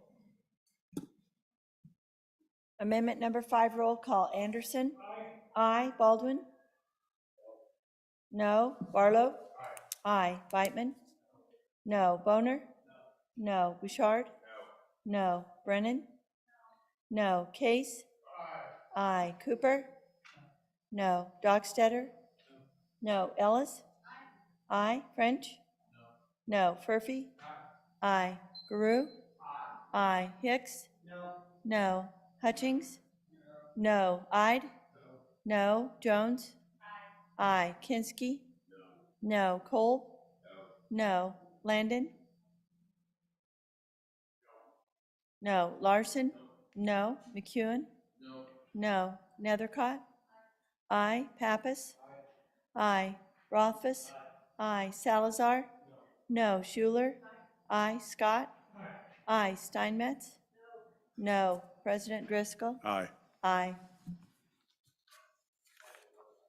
Landon, no to aye.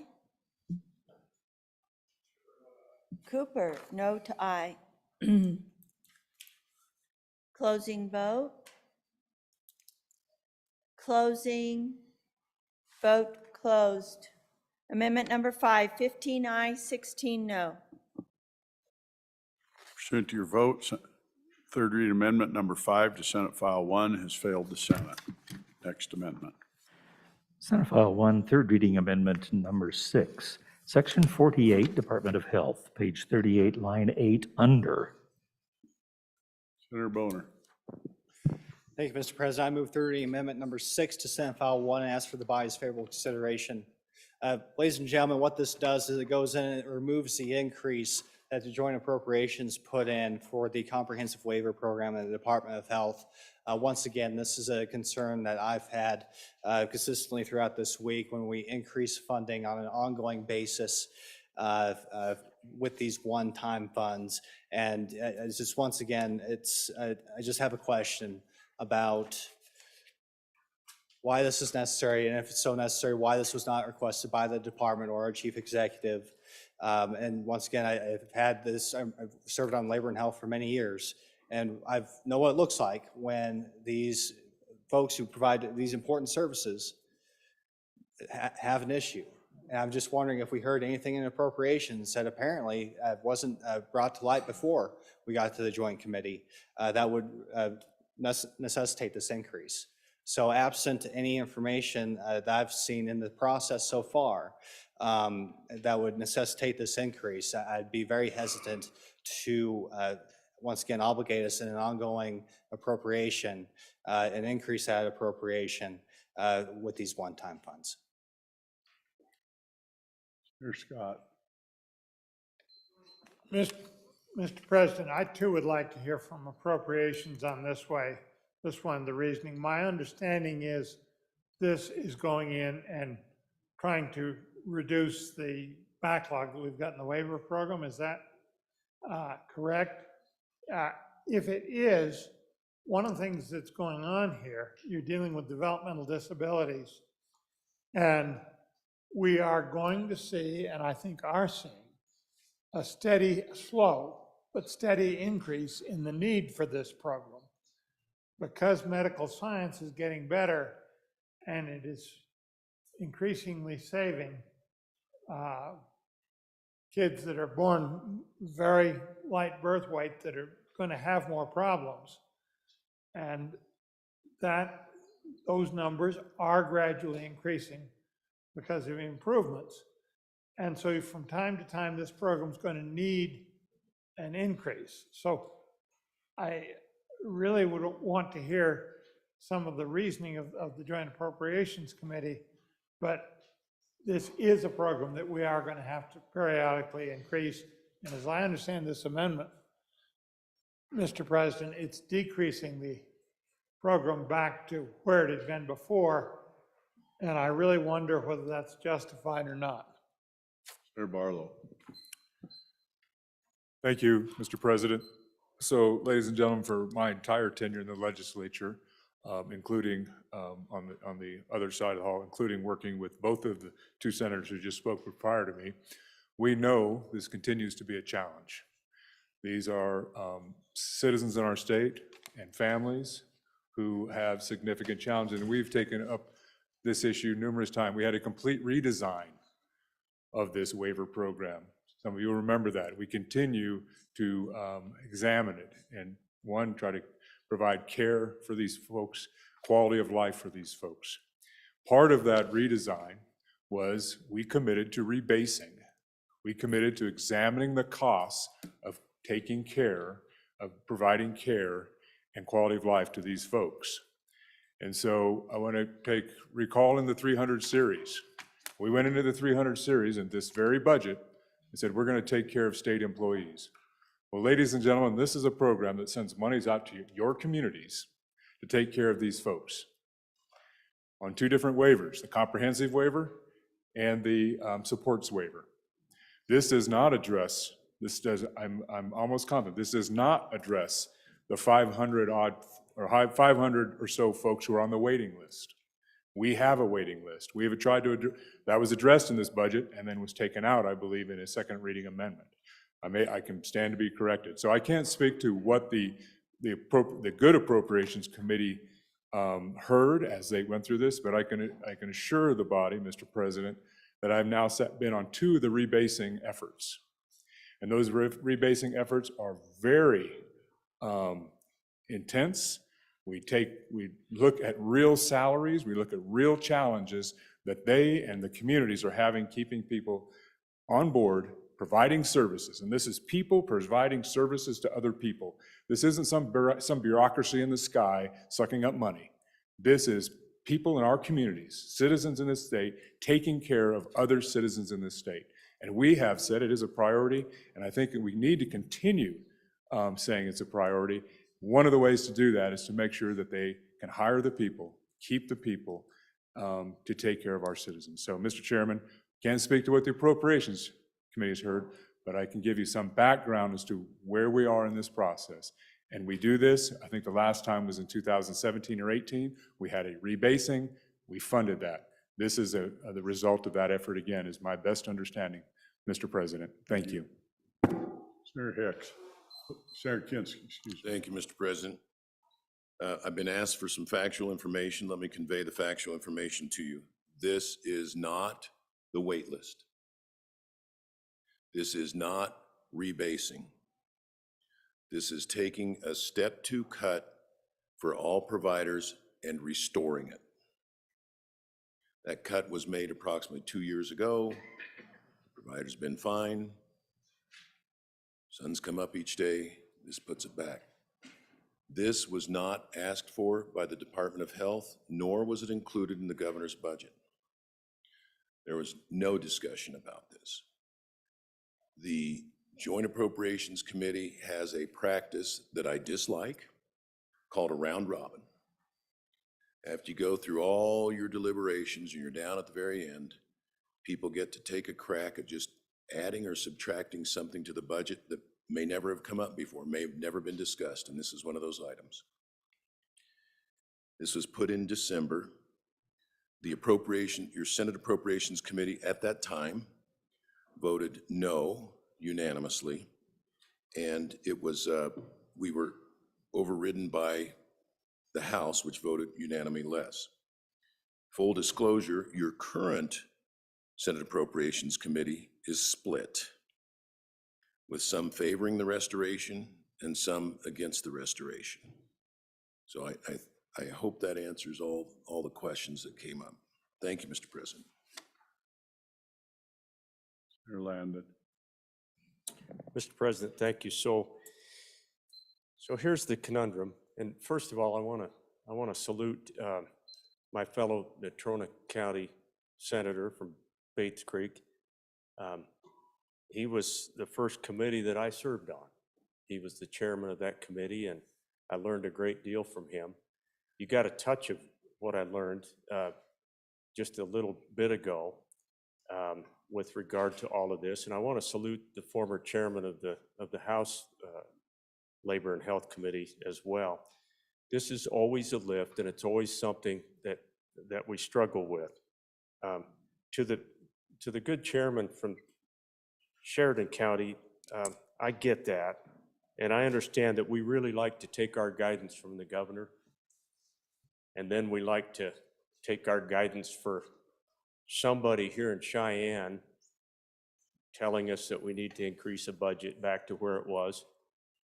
But if that doesn't happen, if those two things don't, if our providers back home can't get in to see the governor or can't get to the appropriations meetings, or maybe that great big department that takes up 43% of our budget just doesn't go with them on something. This is the only way they have, is to come to us. We're the ones that appropriate the money. And sometimes we take it up on our own.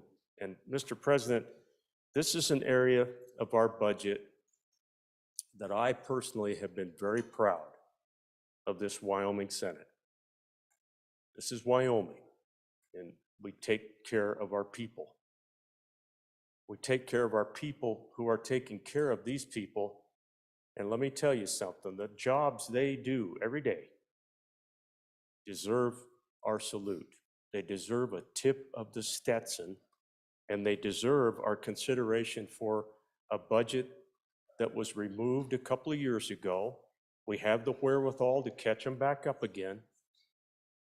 I think it's the appropriate thing to do. Thank you, Mr. President. Senator Case.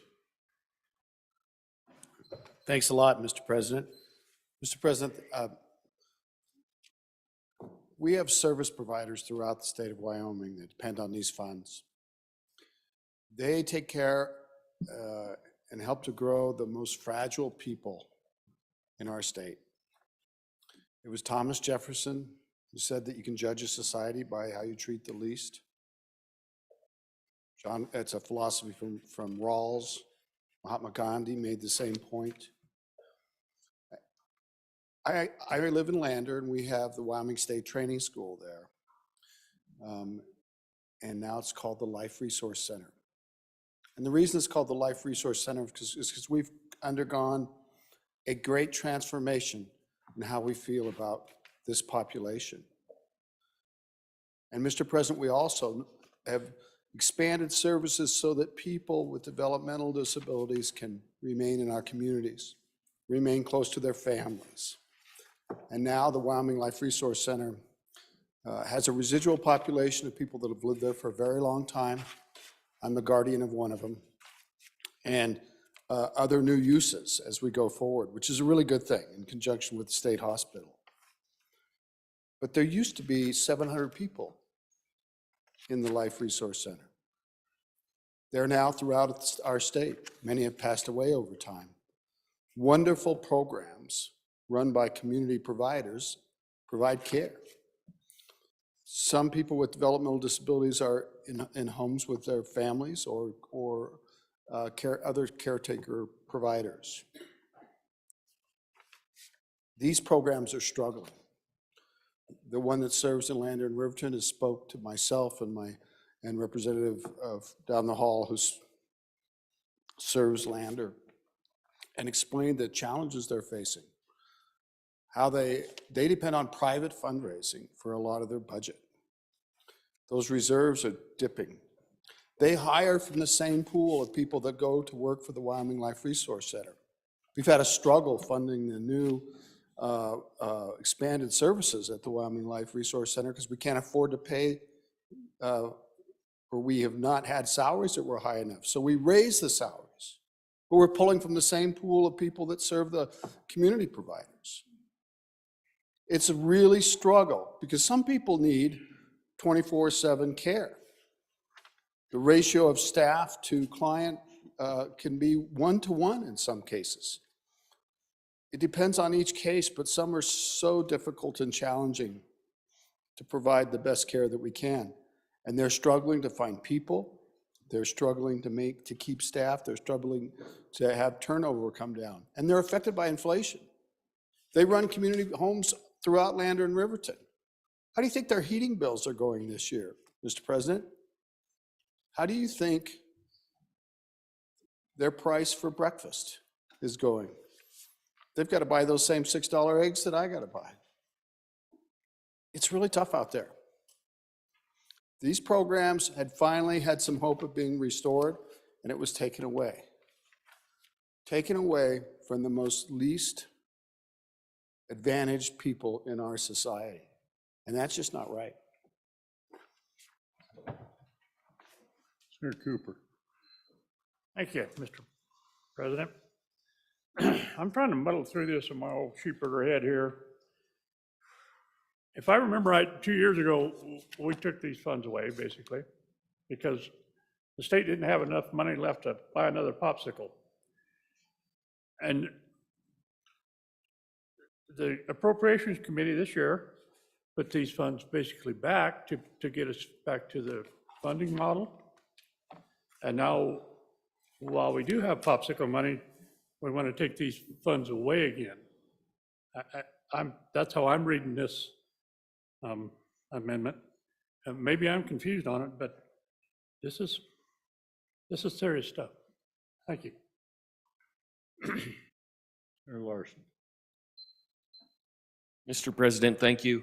I am against this amendment and in strong support of our disability service providers. They're struggling, especially up in my area.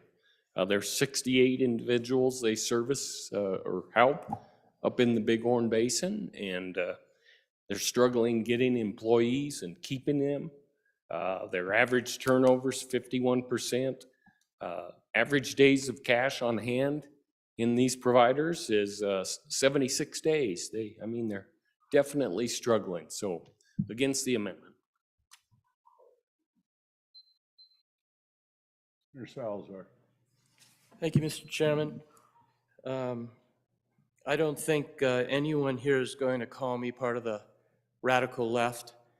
You've been seeing my no votes consistently, but there is a limit.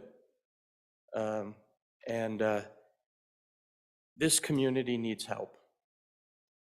And I cannot support this amendment. These folks I see on a weekly basis in Riverton, and you've seen them too. And I urge your no vote. Mr. Scott. Mr. President, for my second time, now that I better understand what this budget amendment is about, these programs are under some pressure from gradual growth in the need, but I don't think that's really what's at issue here. This is making sure they have enough operating funding to get the job done. And Mr. President, this group of programs, and they're private, nonprofit organizations, they are very dependent on Medicaid. They can't shift from Medicaid deficits to other patients because they don't have enough to shift to. So it's up to us in the Medicaid program to keep them adequately funded so that they can stay in business and do a good job. And they're very vulnerable, Mr. President, to inflation because they're competing at the CNA level for having enough people to adequately serve the clients. It's hard, nasty work. They have to stay competitive to not only what other organizations in the same area are doing, Mr. President, but also to whatever Walmart is paying this week. Because they can lose these people, and they've had problems with that. Mr. President, and the fact the health department didn't recommend the increase, that doesn't mean anything here. This health department has a long history of not understanding these programs, of not being sensitive to the pressures of having to meet a payroll. They're government bureaucrats that don't have to meet a payroll. They don't understand. And Mr. President, this is one area I strongly urge us to defeat this amendment. Senator Hyde. Thank you, Mr. President. A lot of good comments on this. There's good arguments for it, but you know, this is money that wasn't budgeted in the budget session, and I'm always nervous that once we start giving out, when we're in surplus years, and then we have to raise taxes later on, now's the time to save. Thank you, Mr. President. Senator Nethercott. Thank you, Mr. Chairman, or Mr. President. It was budgeted. It is in your budget bill, which is why there's an amendment now to take it out. And that was in your budget bill as voted on in December. The reason for that has been clearly communicated to all of you today. The need is real. You've heard from members representing this entire state about the need of this service. To the fiscal hawks and fiscal conservatives, of which we all are, I truly believe that, it's okay. This issue reflects the challenge of Wyoming's budgeting process based on the volatility of our revenues and the volatility of our budget, which is why it's important that we do a statewide budget with a biennium every other year, and why we've come into the practice for many, many, many years of doing a supplemental budget that looks like this, because we have the ability to be responsive to the needs of the people. I was in this body cutting their budget a couple years ago, hearing these same arguments and having to make that hard decision of taking money away. We've done that. And now we have resources. And we're choosing to use it and use it wisely in this way to help the people of Wyoming that are the most vulnerable, that are feeling this pressure. There's always a compelling emotional story behind the monetary ask, yes. We have told them no before. We are now saying, you're being squeezed too far. These are necessary resources and a necessary expenditure. It may be we have to cut again. That is a reality. We will do it again. We will rise to the task of either cutting taxes and putting money into savings, or spending, or cutting again. That's our job. You don't get to do it once and be done, right? God, we did this 2 years ago. Why are we having to do this again? Well, that's what we do. It's a biennial budget with a supplemental in a volatile economy with a volatile revenue source.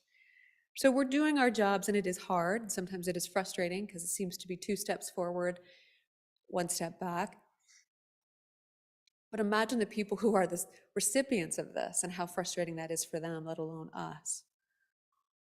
It was as part of the JAC budget amendment in December, or the budget. I'm on and against this amendment. We have the resources. This is a necessary service to the people of Wyoming. I agree with the fiscal hawk concerns, but it's just not prudent right now. Senator Kinski for your second time. Thank you, Mr. President. I have a wish for everybody in this body that you could take a turn on Appropriations Committee. And I have a curse for everybody in this body, that you be assigned responsibility for the Department of Health. Because every single provider is struggling. I have 2 local hospitals losing money. Everybody makes a sympathetic case.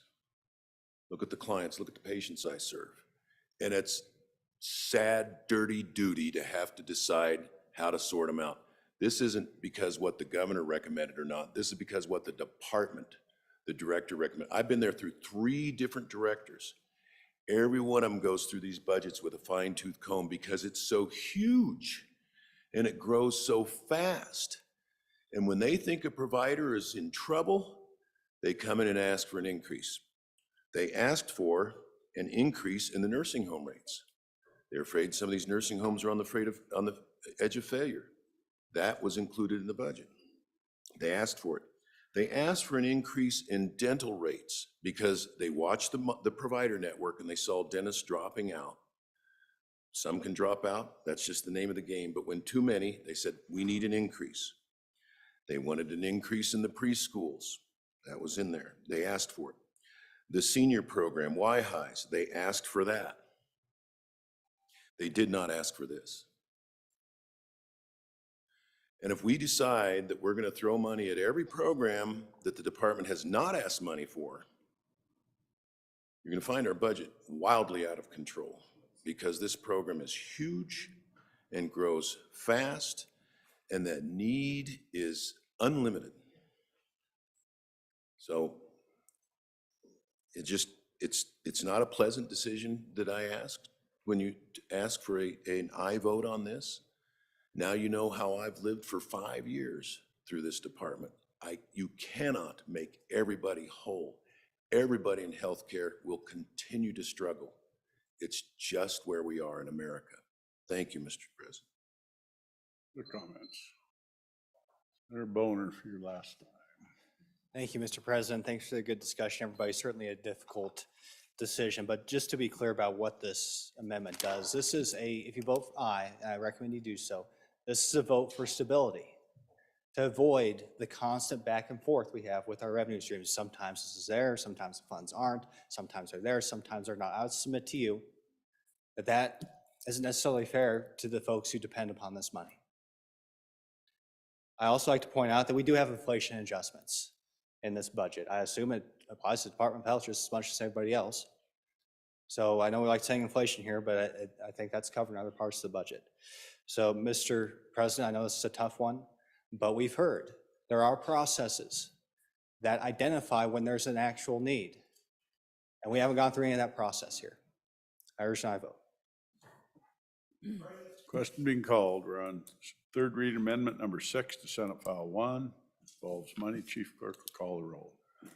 Amendment number 6, roll call. Anderson? No. Baldwin? No. Barlow? No. Beitman? Aye. Boner?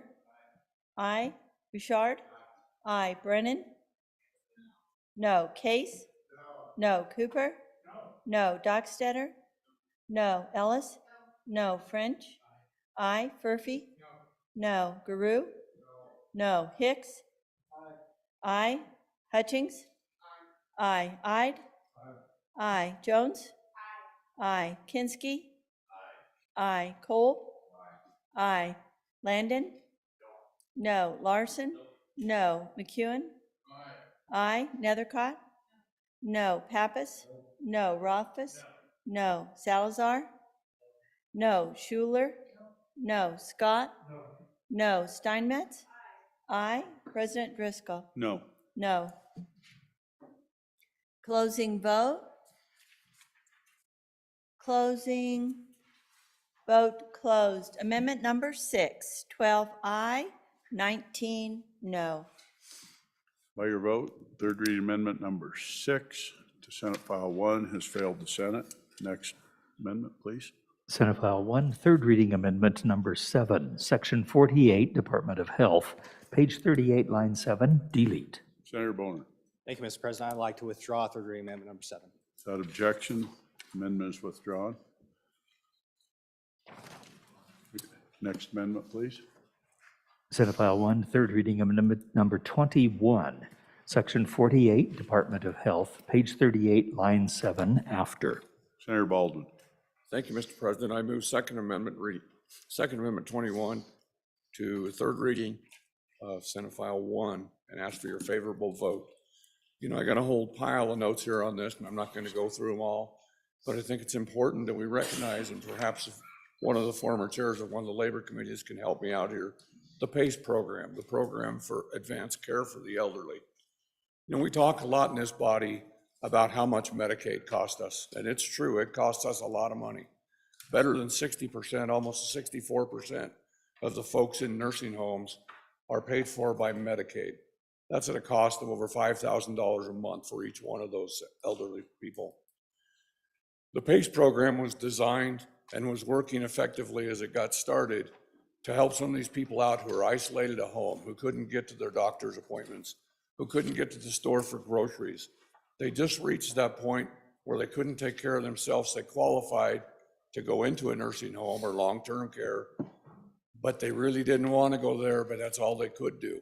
With the PACE program, we were able to provide for those people, take care of them at home for half of the cost of the nursing home. So in essence, we're saving over $2,000, perhaps $2,500 per month on each one of those patients that otherwise would be in the nursing home. And I will tell you, excuse me, that it was a great program. It headed up well. The good tall senator from Natrona County had a lot to do with getting that program up and running. It was a big deal. It was saving us money. And then in 2021, a lot of very mean legislators out of necessity cut the budget. The Sheridan County senator spoke to you about how tough it is to face those people. Come to Labor and Health for a while. I remember when we were doing these budget cuts, it wasn't unusual to see those department heads, those division heads, come in nearly in tears because they were trying to find places to cut their budgets. Medicaid, the Department of Health, is a huge target. When I go out and shoot my long-range rifle, I like big targets because I can see them a long ways away and they're easier for me to hit. Little targets are a little bit tougher. I don't shoot at those as much. The Department of Health's kind of like that. It's a big target, folks. It's an easy one to shoot at because the budget is so big, we think we can take a little bit here, a little bit there, and it won't hurt anything. We're not taking dollars, senators. We're taking programs. We're taking lives. I can't say for sure that when PACE died in 2021, that there were people that died because of it, but it sure wouldn't surprise me. Elderly folks that got isolated at home, that had these programs, now they didn't. They're isolated, they're stuck, they didn't want to go to a nursing home, and they're stuck at home. Our elderly deserve better than that. Interestingly, when you go into the definition of elderly for these programs, it defines people as 55 and older. Pretty substantial number of us in this body, by far the majority, are in that category. Elderly seems like it gets younger and younger every year, because I know we're not getting older. But I would ask you, senators, and I say again, perhaps a good senator from Natrona County could speak more to this, but it's a valuable program. All this amendment does, and I will tell you, is that it originally was a much bigger ask. I was looking for money for the program. Now I'm asking for $20,000 to do the study, along with the Labor and Health Interim Committee, to take a good hard look at this, put together some ideas, perhaps put together some legislation, come back to you next year in the budget year, and propose some way we can stand this program back up. With that, I would ask for your favorable vote. Question being called. Voting on third reading amendment number 21 to Senate File 1. The chief clerk will call the roll. Amendment number 21, roll call. Anderson? Aye. Baldwin? Aye. Barlow? Aye. Beitman? No. Boner? Aye. Bouchard? Aye. Brennan? Aye. Case? Aye. Cooper? Aye. Dockstetter? Aye. Ellis? Aye. French? No. Furphy? Aye. Guru? Aye. Hicks? No. Hutchings? No. Ide? No. Jones? Aye. Kinski? No. Kolb? No. Landon? Aye. Larson? No. McEwen? No. Nethercott? No. Pappas? Aye. Rothfuss? Aye. Salazar? No. Schuler? Aye. Scott? Aye. Steinmetz? No. President Driscoll? No. No. Closing vote. Closing. Vote closed. Amendment number 21, 18 aye, 13 no. By your vote, Senate File, third reading amendment number 21 to Senate File 1 has passed the Senate. Next amendment. Senate File 1, third reading amendment number 22, Section 48, Department of Health, page 45, line 20, delete. Senator Hicks. Yeah, Mr. President, I move third reading amendment number 22 to Senate File number 1 and ask for your favorable consideration. This doesn't change any programs in the Department of Health. This deals with the general fund reversions that go back. Currently, we've directed those into the state demolition account. There's excess funds in there to the tune of almost, if you look at it, currently in obligations, $15 million. The total estimated reversions in this count are going to be in excess of $24 million. And so we're just taking that $24 million and we're going to direct that into the corpus of the Common School Permanent Land Fund. And let me explain why my rationale is that. We can park that $24 million, and we can leave it in that construction, for that demolition construction, and it'll be there for several years. The $15 million that's already coming out of there is to cover all the demolition and rebatement of asbestos and other things for the next couple of years in the planning. The additional $24 million is just going to sit there for several years. And at some point in time, when we get a final plan and a final estimate of that money, we'll come back and have to fund that demolition project. But it just seems to me that we'd be more prudent to put this money into our permanent funds that generates a higher rate of return for our public school systems. On and for the amendment. Questions? Senator Nethercott. Thank you, Mr. President. On and against the amendment. Good senators, once again, this was part of your JAC budget. The reason for this is, and I don't think it's clear, this is Department of Health money dedicated to, which is why it's in that section, in a Section 300 transfer, dedicated to the state hospital demolition account. So we know that there are buildings on the state hospital grounds that need to be demoed, as indicated by the majority floor leader, that have asbestos and other concerns. Currently, $15 million is allocated for that project. Pursuant to this amendment, look closely on line 23. It says not later than June 30th, 2024, up to $15 million, or as much thereof as is available shall be transferred to the school common account. So in the event that they're unable to start or use all 15 million by next June, it automatically reverts into a permanent fund. The additional anticipated 24 million that is anticipated to be received by the state and put into this account will also be placed into a permanent fund. So if they're unable to expend at least 15 million, there will be no dollars for this. And we will come back and be having to deal with this issue later and appropriating funds we won't have that will be placed, which we have already currently allocated. So in many ways, we are being responsible and prudent in saving and set aside money that we will need for a project we know we have to do. This isn't an option. This isn't pork. The buildings have asbestos. They have to be demoed. This is a responsible use of these dollars.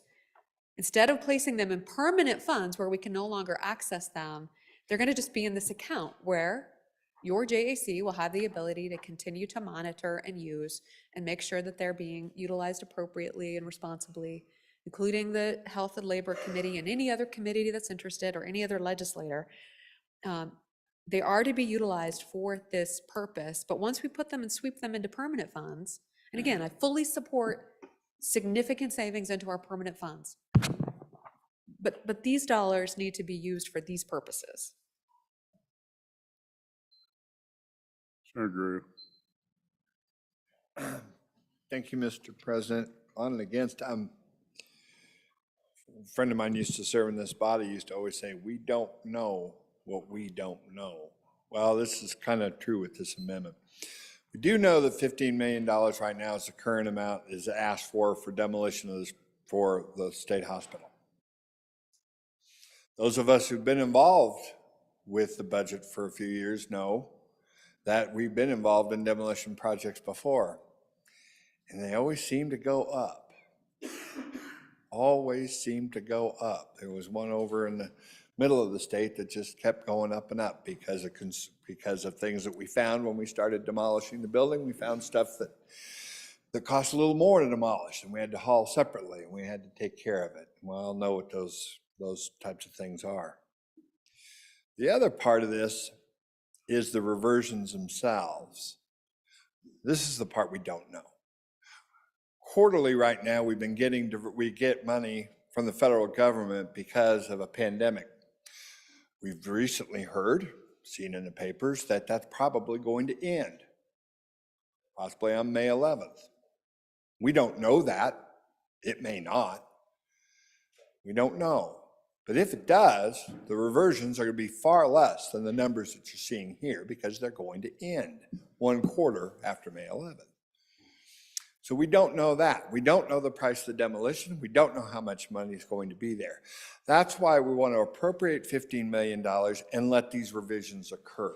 And that's why I'm on and against the amendment, Mr. President. Thank you.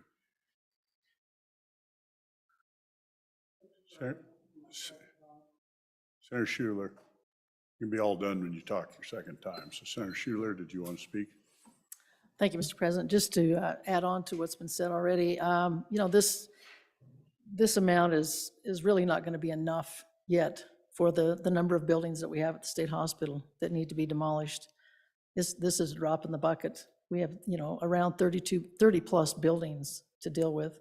And if you think about how many millions it costs to demo just 1 or 2, this amount of money is still a drop in the bucket, and to have it revert where we can't get to it is just unconscionable as far as I'm concerned. People in my community, they don't want to see the buildings just boarded up and left until they just fall apart, or we have some kind of a safety issue with somebody that goes over to the campus. It's open. In fact, the only road into the new campus is past the old campus. So we have buildings up there that could be a real problem with the safety and hazards if we don't get them taken care of. So I would ask you to vote against this, because I think it's something that, our state hospital is the gateway to the east side of our town. And when people come by and they see this huge number of buildings just boarded up and left to fall apart, I don't think they would be excited to see that any more than the people in my community would be. So I would urge you to vote no. Senator Hicks for your second time. So I was actually on the Joint Appropriations Committee when this was brought up, and the State Building Commission come to us with a proposal to deal with the demolition of the facilities over there. And with their preliminary studies, they recommended $15 million to be expended on this project. That was the recommendation we got from the agency, and they laid out the whole plan. It's all there. So we need $15 million to start this. This will get us a couple of years into the process. We'll take care of this. They have not yet developed a plan for how all this is going to cost, what's going to come next. That's still in the works, Mr. President. In fact, the transferring all $39 million of the reversion was my motion, Mr. Chairman, in the Joint Appropriations Committee. And at the time, I thought that was probably a wise use to park that $24 million in an account. Mr. Chairman, but I've also had the opportunity to serve on your Capital Finance Committee, and I understand compounding and interest and what accounts drive more revenues and which don't. I also understand the long-term profile and where we're headed. And we've got two bienniums out, folks, and this is assuming that our mineral prices stay what they're at. My colleague from the basin keeps telling us what those commodities are worth and what our future potential revenues look like. I think it's most prudent, for the most benefit, to the highest number of beneficiaries, to take that $24 million, where it's going to generate revenue in perpetuity to fund our public school system. If and when the State Building Commission comes back and they say we have phase 2 of the demolition of the state hospital facilities, this is the plan. Now we know what it's going to cost. This body will appropriate the money at the appropriate time out of the appropriate account. Typically, we take these out of the strategic investments and project account, and they go into the capital construction budget, Mr. Chairman. Just vote it up, vote it down. Where will that $24 million have a long-lasting best impact to service the most people in the state of Wyoming? Rather than sitting in an account for future expenditures to tear down a few buildings, I think it would be much better spent to build our education system. Question being called. We're on third reading amendment number 22 to Senate File 1. The Chief Clerk will call the roll.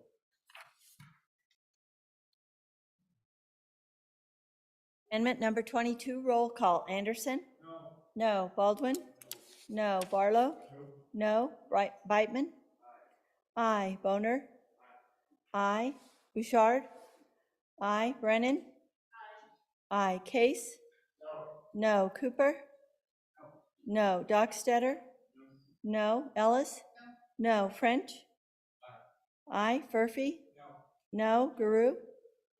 No. Hicks? Aye. Hutchings? Aye. Ide? Aye. Jones? Aye. Kinski? No. Kolb? Aye. Landon? No. Larson? Aye. McEwen? Aye. Nethercott? No. Pappas? No. Rothfuss? No. Salazar? No. Schuler? No. Scott?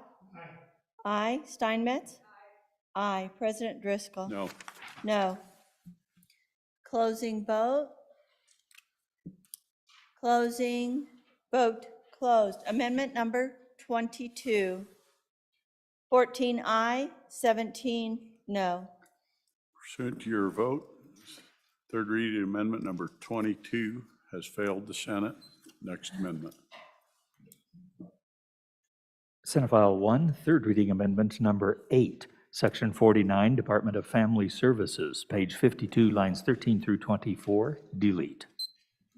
Senator Anderson. Thank you, Mr. President. This is just a cleanup of Move the. amendment, please. Oh, excuse me. I move amendment number 8 to Senate File 1, third reading. This is just a cleanup for this bill. The B section was not in the previous writings. So we inserted that 550,000, and it was in the appropriation, just not in the writings there. So anyway, it's just a cleanup. No money, no new money, no old money. Thank you. Question being called. We are on third reading amendment number 8, Senate File 1. Chief Clerk will call the roll, please. There's no money. It shows money on mine. I've got a master list. Oh, okay. Sorry. Amendment number 8, roll call. Anderson? Aye. Aye. Baldwin? Aye. Barlow? Aye. Beitman? Boner? Aye. Aye. Bouchard? Aye. Brennan? Aye. Case? Aye. Cooper? Aye. Dockstader? Aye. Ellis? Aye. French? No? Furphy? Aye. Guru? Aye. Hicks? Aye. Hutchings? Aye. Ide? No. Jones? Aye. Kinsky?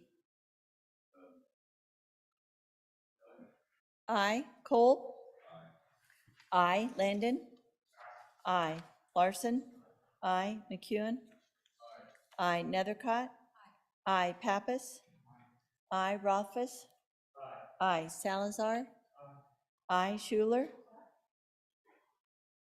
Aye. Scott? Aye. Steinmetz? Aye. Beitman? Excused. Excused, Mr. President. Excused. And President Driscoll? Aye. Aye. Closing vote. Closing vote closed. Amendment number 8. 28 aye, 2 no, 1 excused. By your vote, third reading amendment number 8, Senate File 1 is passed the Senate. Next amendment. Senate File 1, third reading amendment 9, Section 60, State Lands and Investments, delete. Senator Ellis. Thank you, Mr. President. I move third reading amendment number 9 to Senate File 1 and would ask the body to vote aye.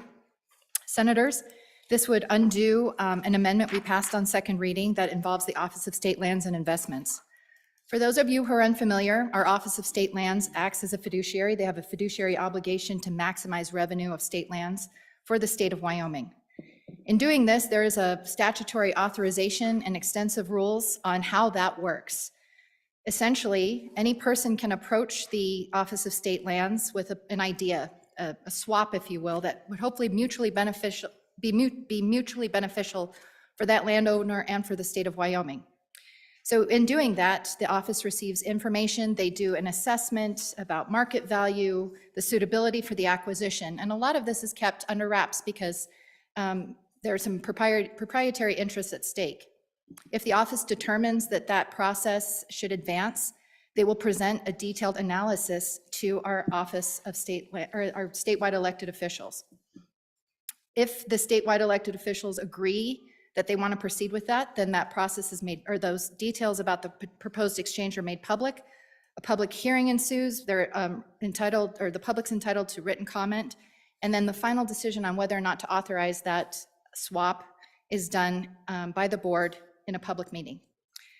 So this is the process, Mr. Chairman, Mr. President. I realize that some people maybe don't like that. Maybe they don't like one thing in their neighborhood, how that went down. Maybe they have neighbors that wish it went a different way.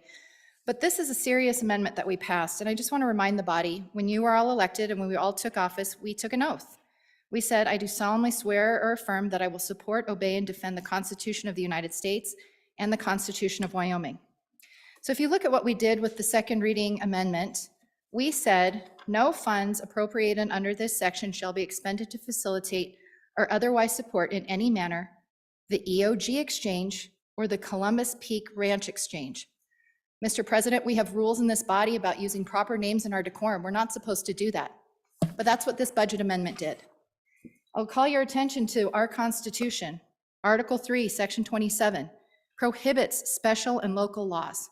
It says the legislature shall not pass any special laws. and it's got a long list of enumerated examples. One of those includes granting to any corporation, association, or individual any special or executive privilege immunity whatsoever. It concludes by saying that where a general law can be made applicable, no special law shall be enacted.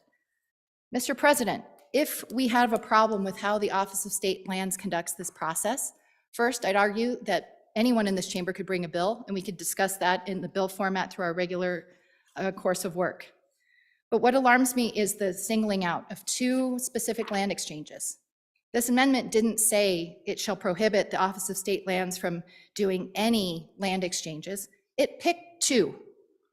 It picked two special ones. Mr. Chairman, I would ask this body to vote for this amendment, which would reverse that and remove these special laws from the budget bill. Happy to answer any questions. Senator Landon. Mr. President, thank you. I stood and supported the amendment a couple of days ago with my good friend from downriver. Expressed a little bit of frustration with that particular agency. But I'm kind of kicking the dirt this morning with my head down. The senator's right. I think we need to be careful doing what we did. I'm going to support the amendment, and I'm going to try to do a little better job of working directly with that agency that I've had some struggles with. I do think this maybe stepped over the line a little bit. Thank you, Mr. President. Senator Cooper. Thank you, Mr. President. I'm going to speak in support of this amendment. I believe the language in the original amendment was inappropriate. It was discriminatory, and as the good senator said, quite possibly unconstitutional. Had it spoken to land exchanges in general, I may have supported it, but as it was written, it was incorrect, and we need to fix that. Thank you, sir. Thank you. Further comments? Senator Boner. Thank you, Mr. President. Thanks for the opportunity to discuss this once more. Well, Mr. President, the names of the land exchanges are there because those are the two proposals going through the process right now. It's not meant to single out any individual entity. Fact is, that's on the website. That's on the State Lands website. That's what they're called. That's what was in the budget amendment. And there's a reason why, Mr. President. It's not a procedural issue. In fact, you'll see that we can have bills that deal with the process. This is a judgment issue, Mr. President. It's real easy for anybody out there to go look at the process, look at the rules, and use it to do something that would otherwise be accomplished in the private sector. So, for example, in Sheridan County, if you want to go buy a bunch of land that has nice hunting access on that private property, most people go out and they buy that land. What becomes a problem is using this exchange process to cut off public access, and in doing so increase the value of their private property. In a similar way, most oil and gas companies go out and are required by law to negotiate in good faith with the landowner or split estate situation. But what's happened here is those relationships have broken down, unfortunately.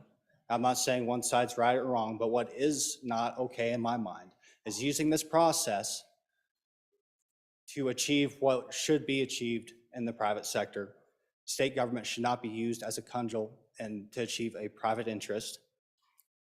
And so that's the reason why we brought the bill. It's not a process issue. It's a judgment issue within the Office of State Lands. And if all they do is go down and check off the checklist, that gives, in many instances, an inappropriate advantage to private parties throughout the state on and against the amendment. Further comments? Further comments? Question being called. Senator Ellis for your second time. Thank you, Mr. President. I just want to emphasize the severity of what we did.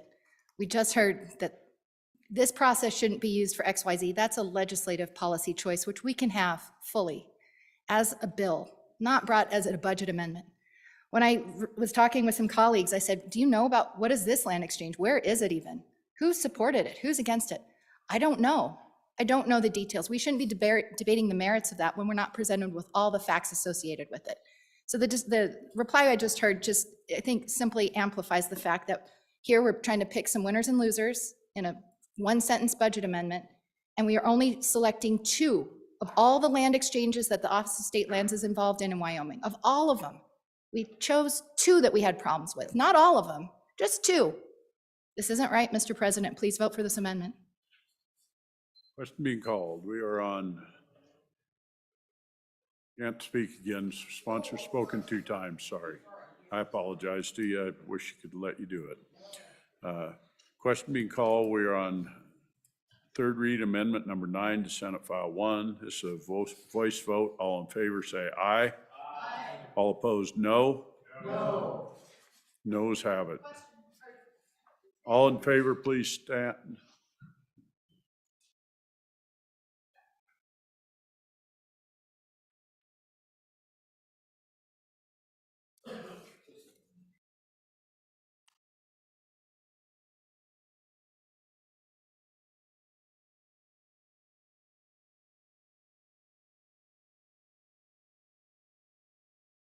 All opposed, please stand.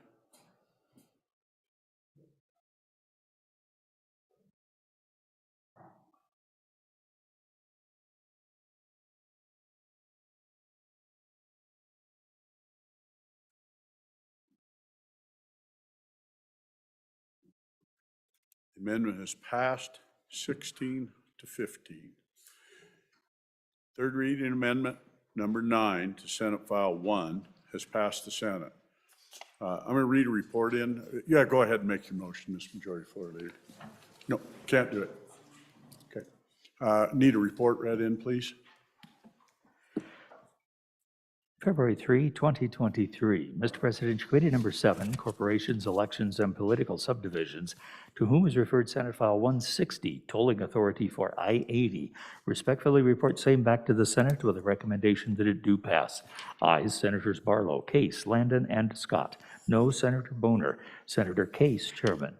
February 3, 2023, Mr. President, Committee number 10, Labor, Health, and Social Services, to whom was referred Senate File 144, Chloe's Law, Children Gender Change Prohibition. Respectfully report same back to the Senate with a recommendation that it do pass amended. Ayes, Senators Baldwin, Barlow, Bouchard, Dockstader, and Hutchings. Senator Baldwin, Chairman. February 2, 2023, Mr. President, Committee number 5, Agriculture, State, and Public Lands and Water Resources, to whom was referred Senate File 150, Capital Carry. Respectfully report same back to the Senate with the recommendation that it do pass amended. Ayes, Senators French, Hicks, Ide, Kolb, and Steinmetz. Senator Steinmetz, Chairman. Thank you, Randy. Senator Hicks. Majority Floor Leader Hicks, excuse me. Mr. President, I move that we stand in recess until 1 p.m. We're going to let the Minerals Committee go do their work. We're going to have a lunch. We'll be back here at 1 p.m. We'll finish the budget, and then we're going to do 3 and maybe 4 bills on general file as Committee of the Whole. Announcements. Senator Dockstader. Thank you, Mr. President. Your Minerals Committee, Committee number 9, will be meeting first up. They get first chance at lunch. They'll be meeting in room number 4 to hear House Bill 69, coal-fired facility closures litigation funding amendments. Thank you, Mr. President. Mayor Boner.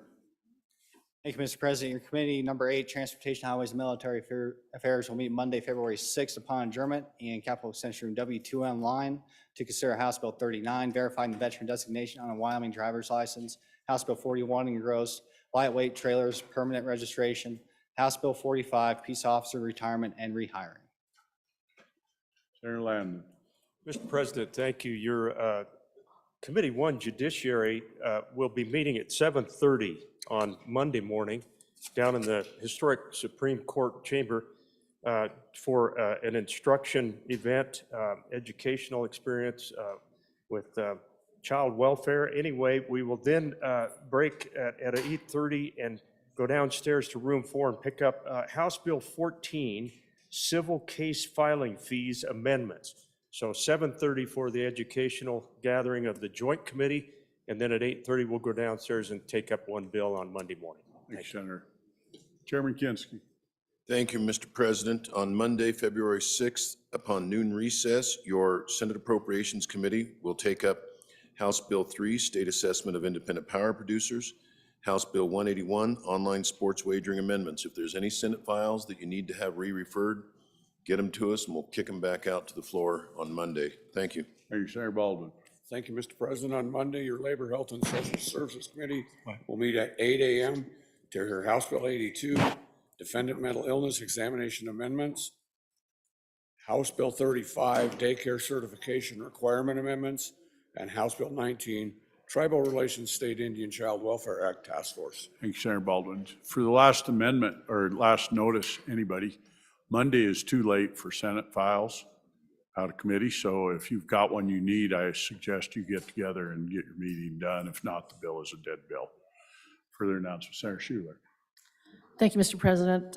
Committee number 6, TRW, will meet on Tuesday, 8 o'clock, to hear 3 bills. HB 10, county officers' bond amounts and surety requirements. HB 12, presumptive child support amounts, updated tables. And HB 79, voter ID concealed carry permit. Thank you. Thank you. Further announcements, Senator Steinmetz. Thank you, Mr. Chairman. Your number 5 committee, Agriculture, State and Public Lands and Water Resources, will meet Tuesday, February 7th upon adjournment in room W2 and online to consider the following House bills: House Bill 93, Omnibus Water Bill Construction, House Bill 16, State Land Leasing Improvements, and House Bill 20, Land Exchanges Notice. Thank you. Further announcements, hearing none. All in favor of the motion, say aye. All opposed, no. Motion's passed. We are adjourned until 1 p.m.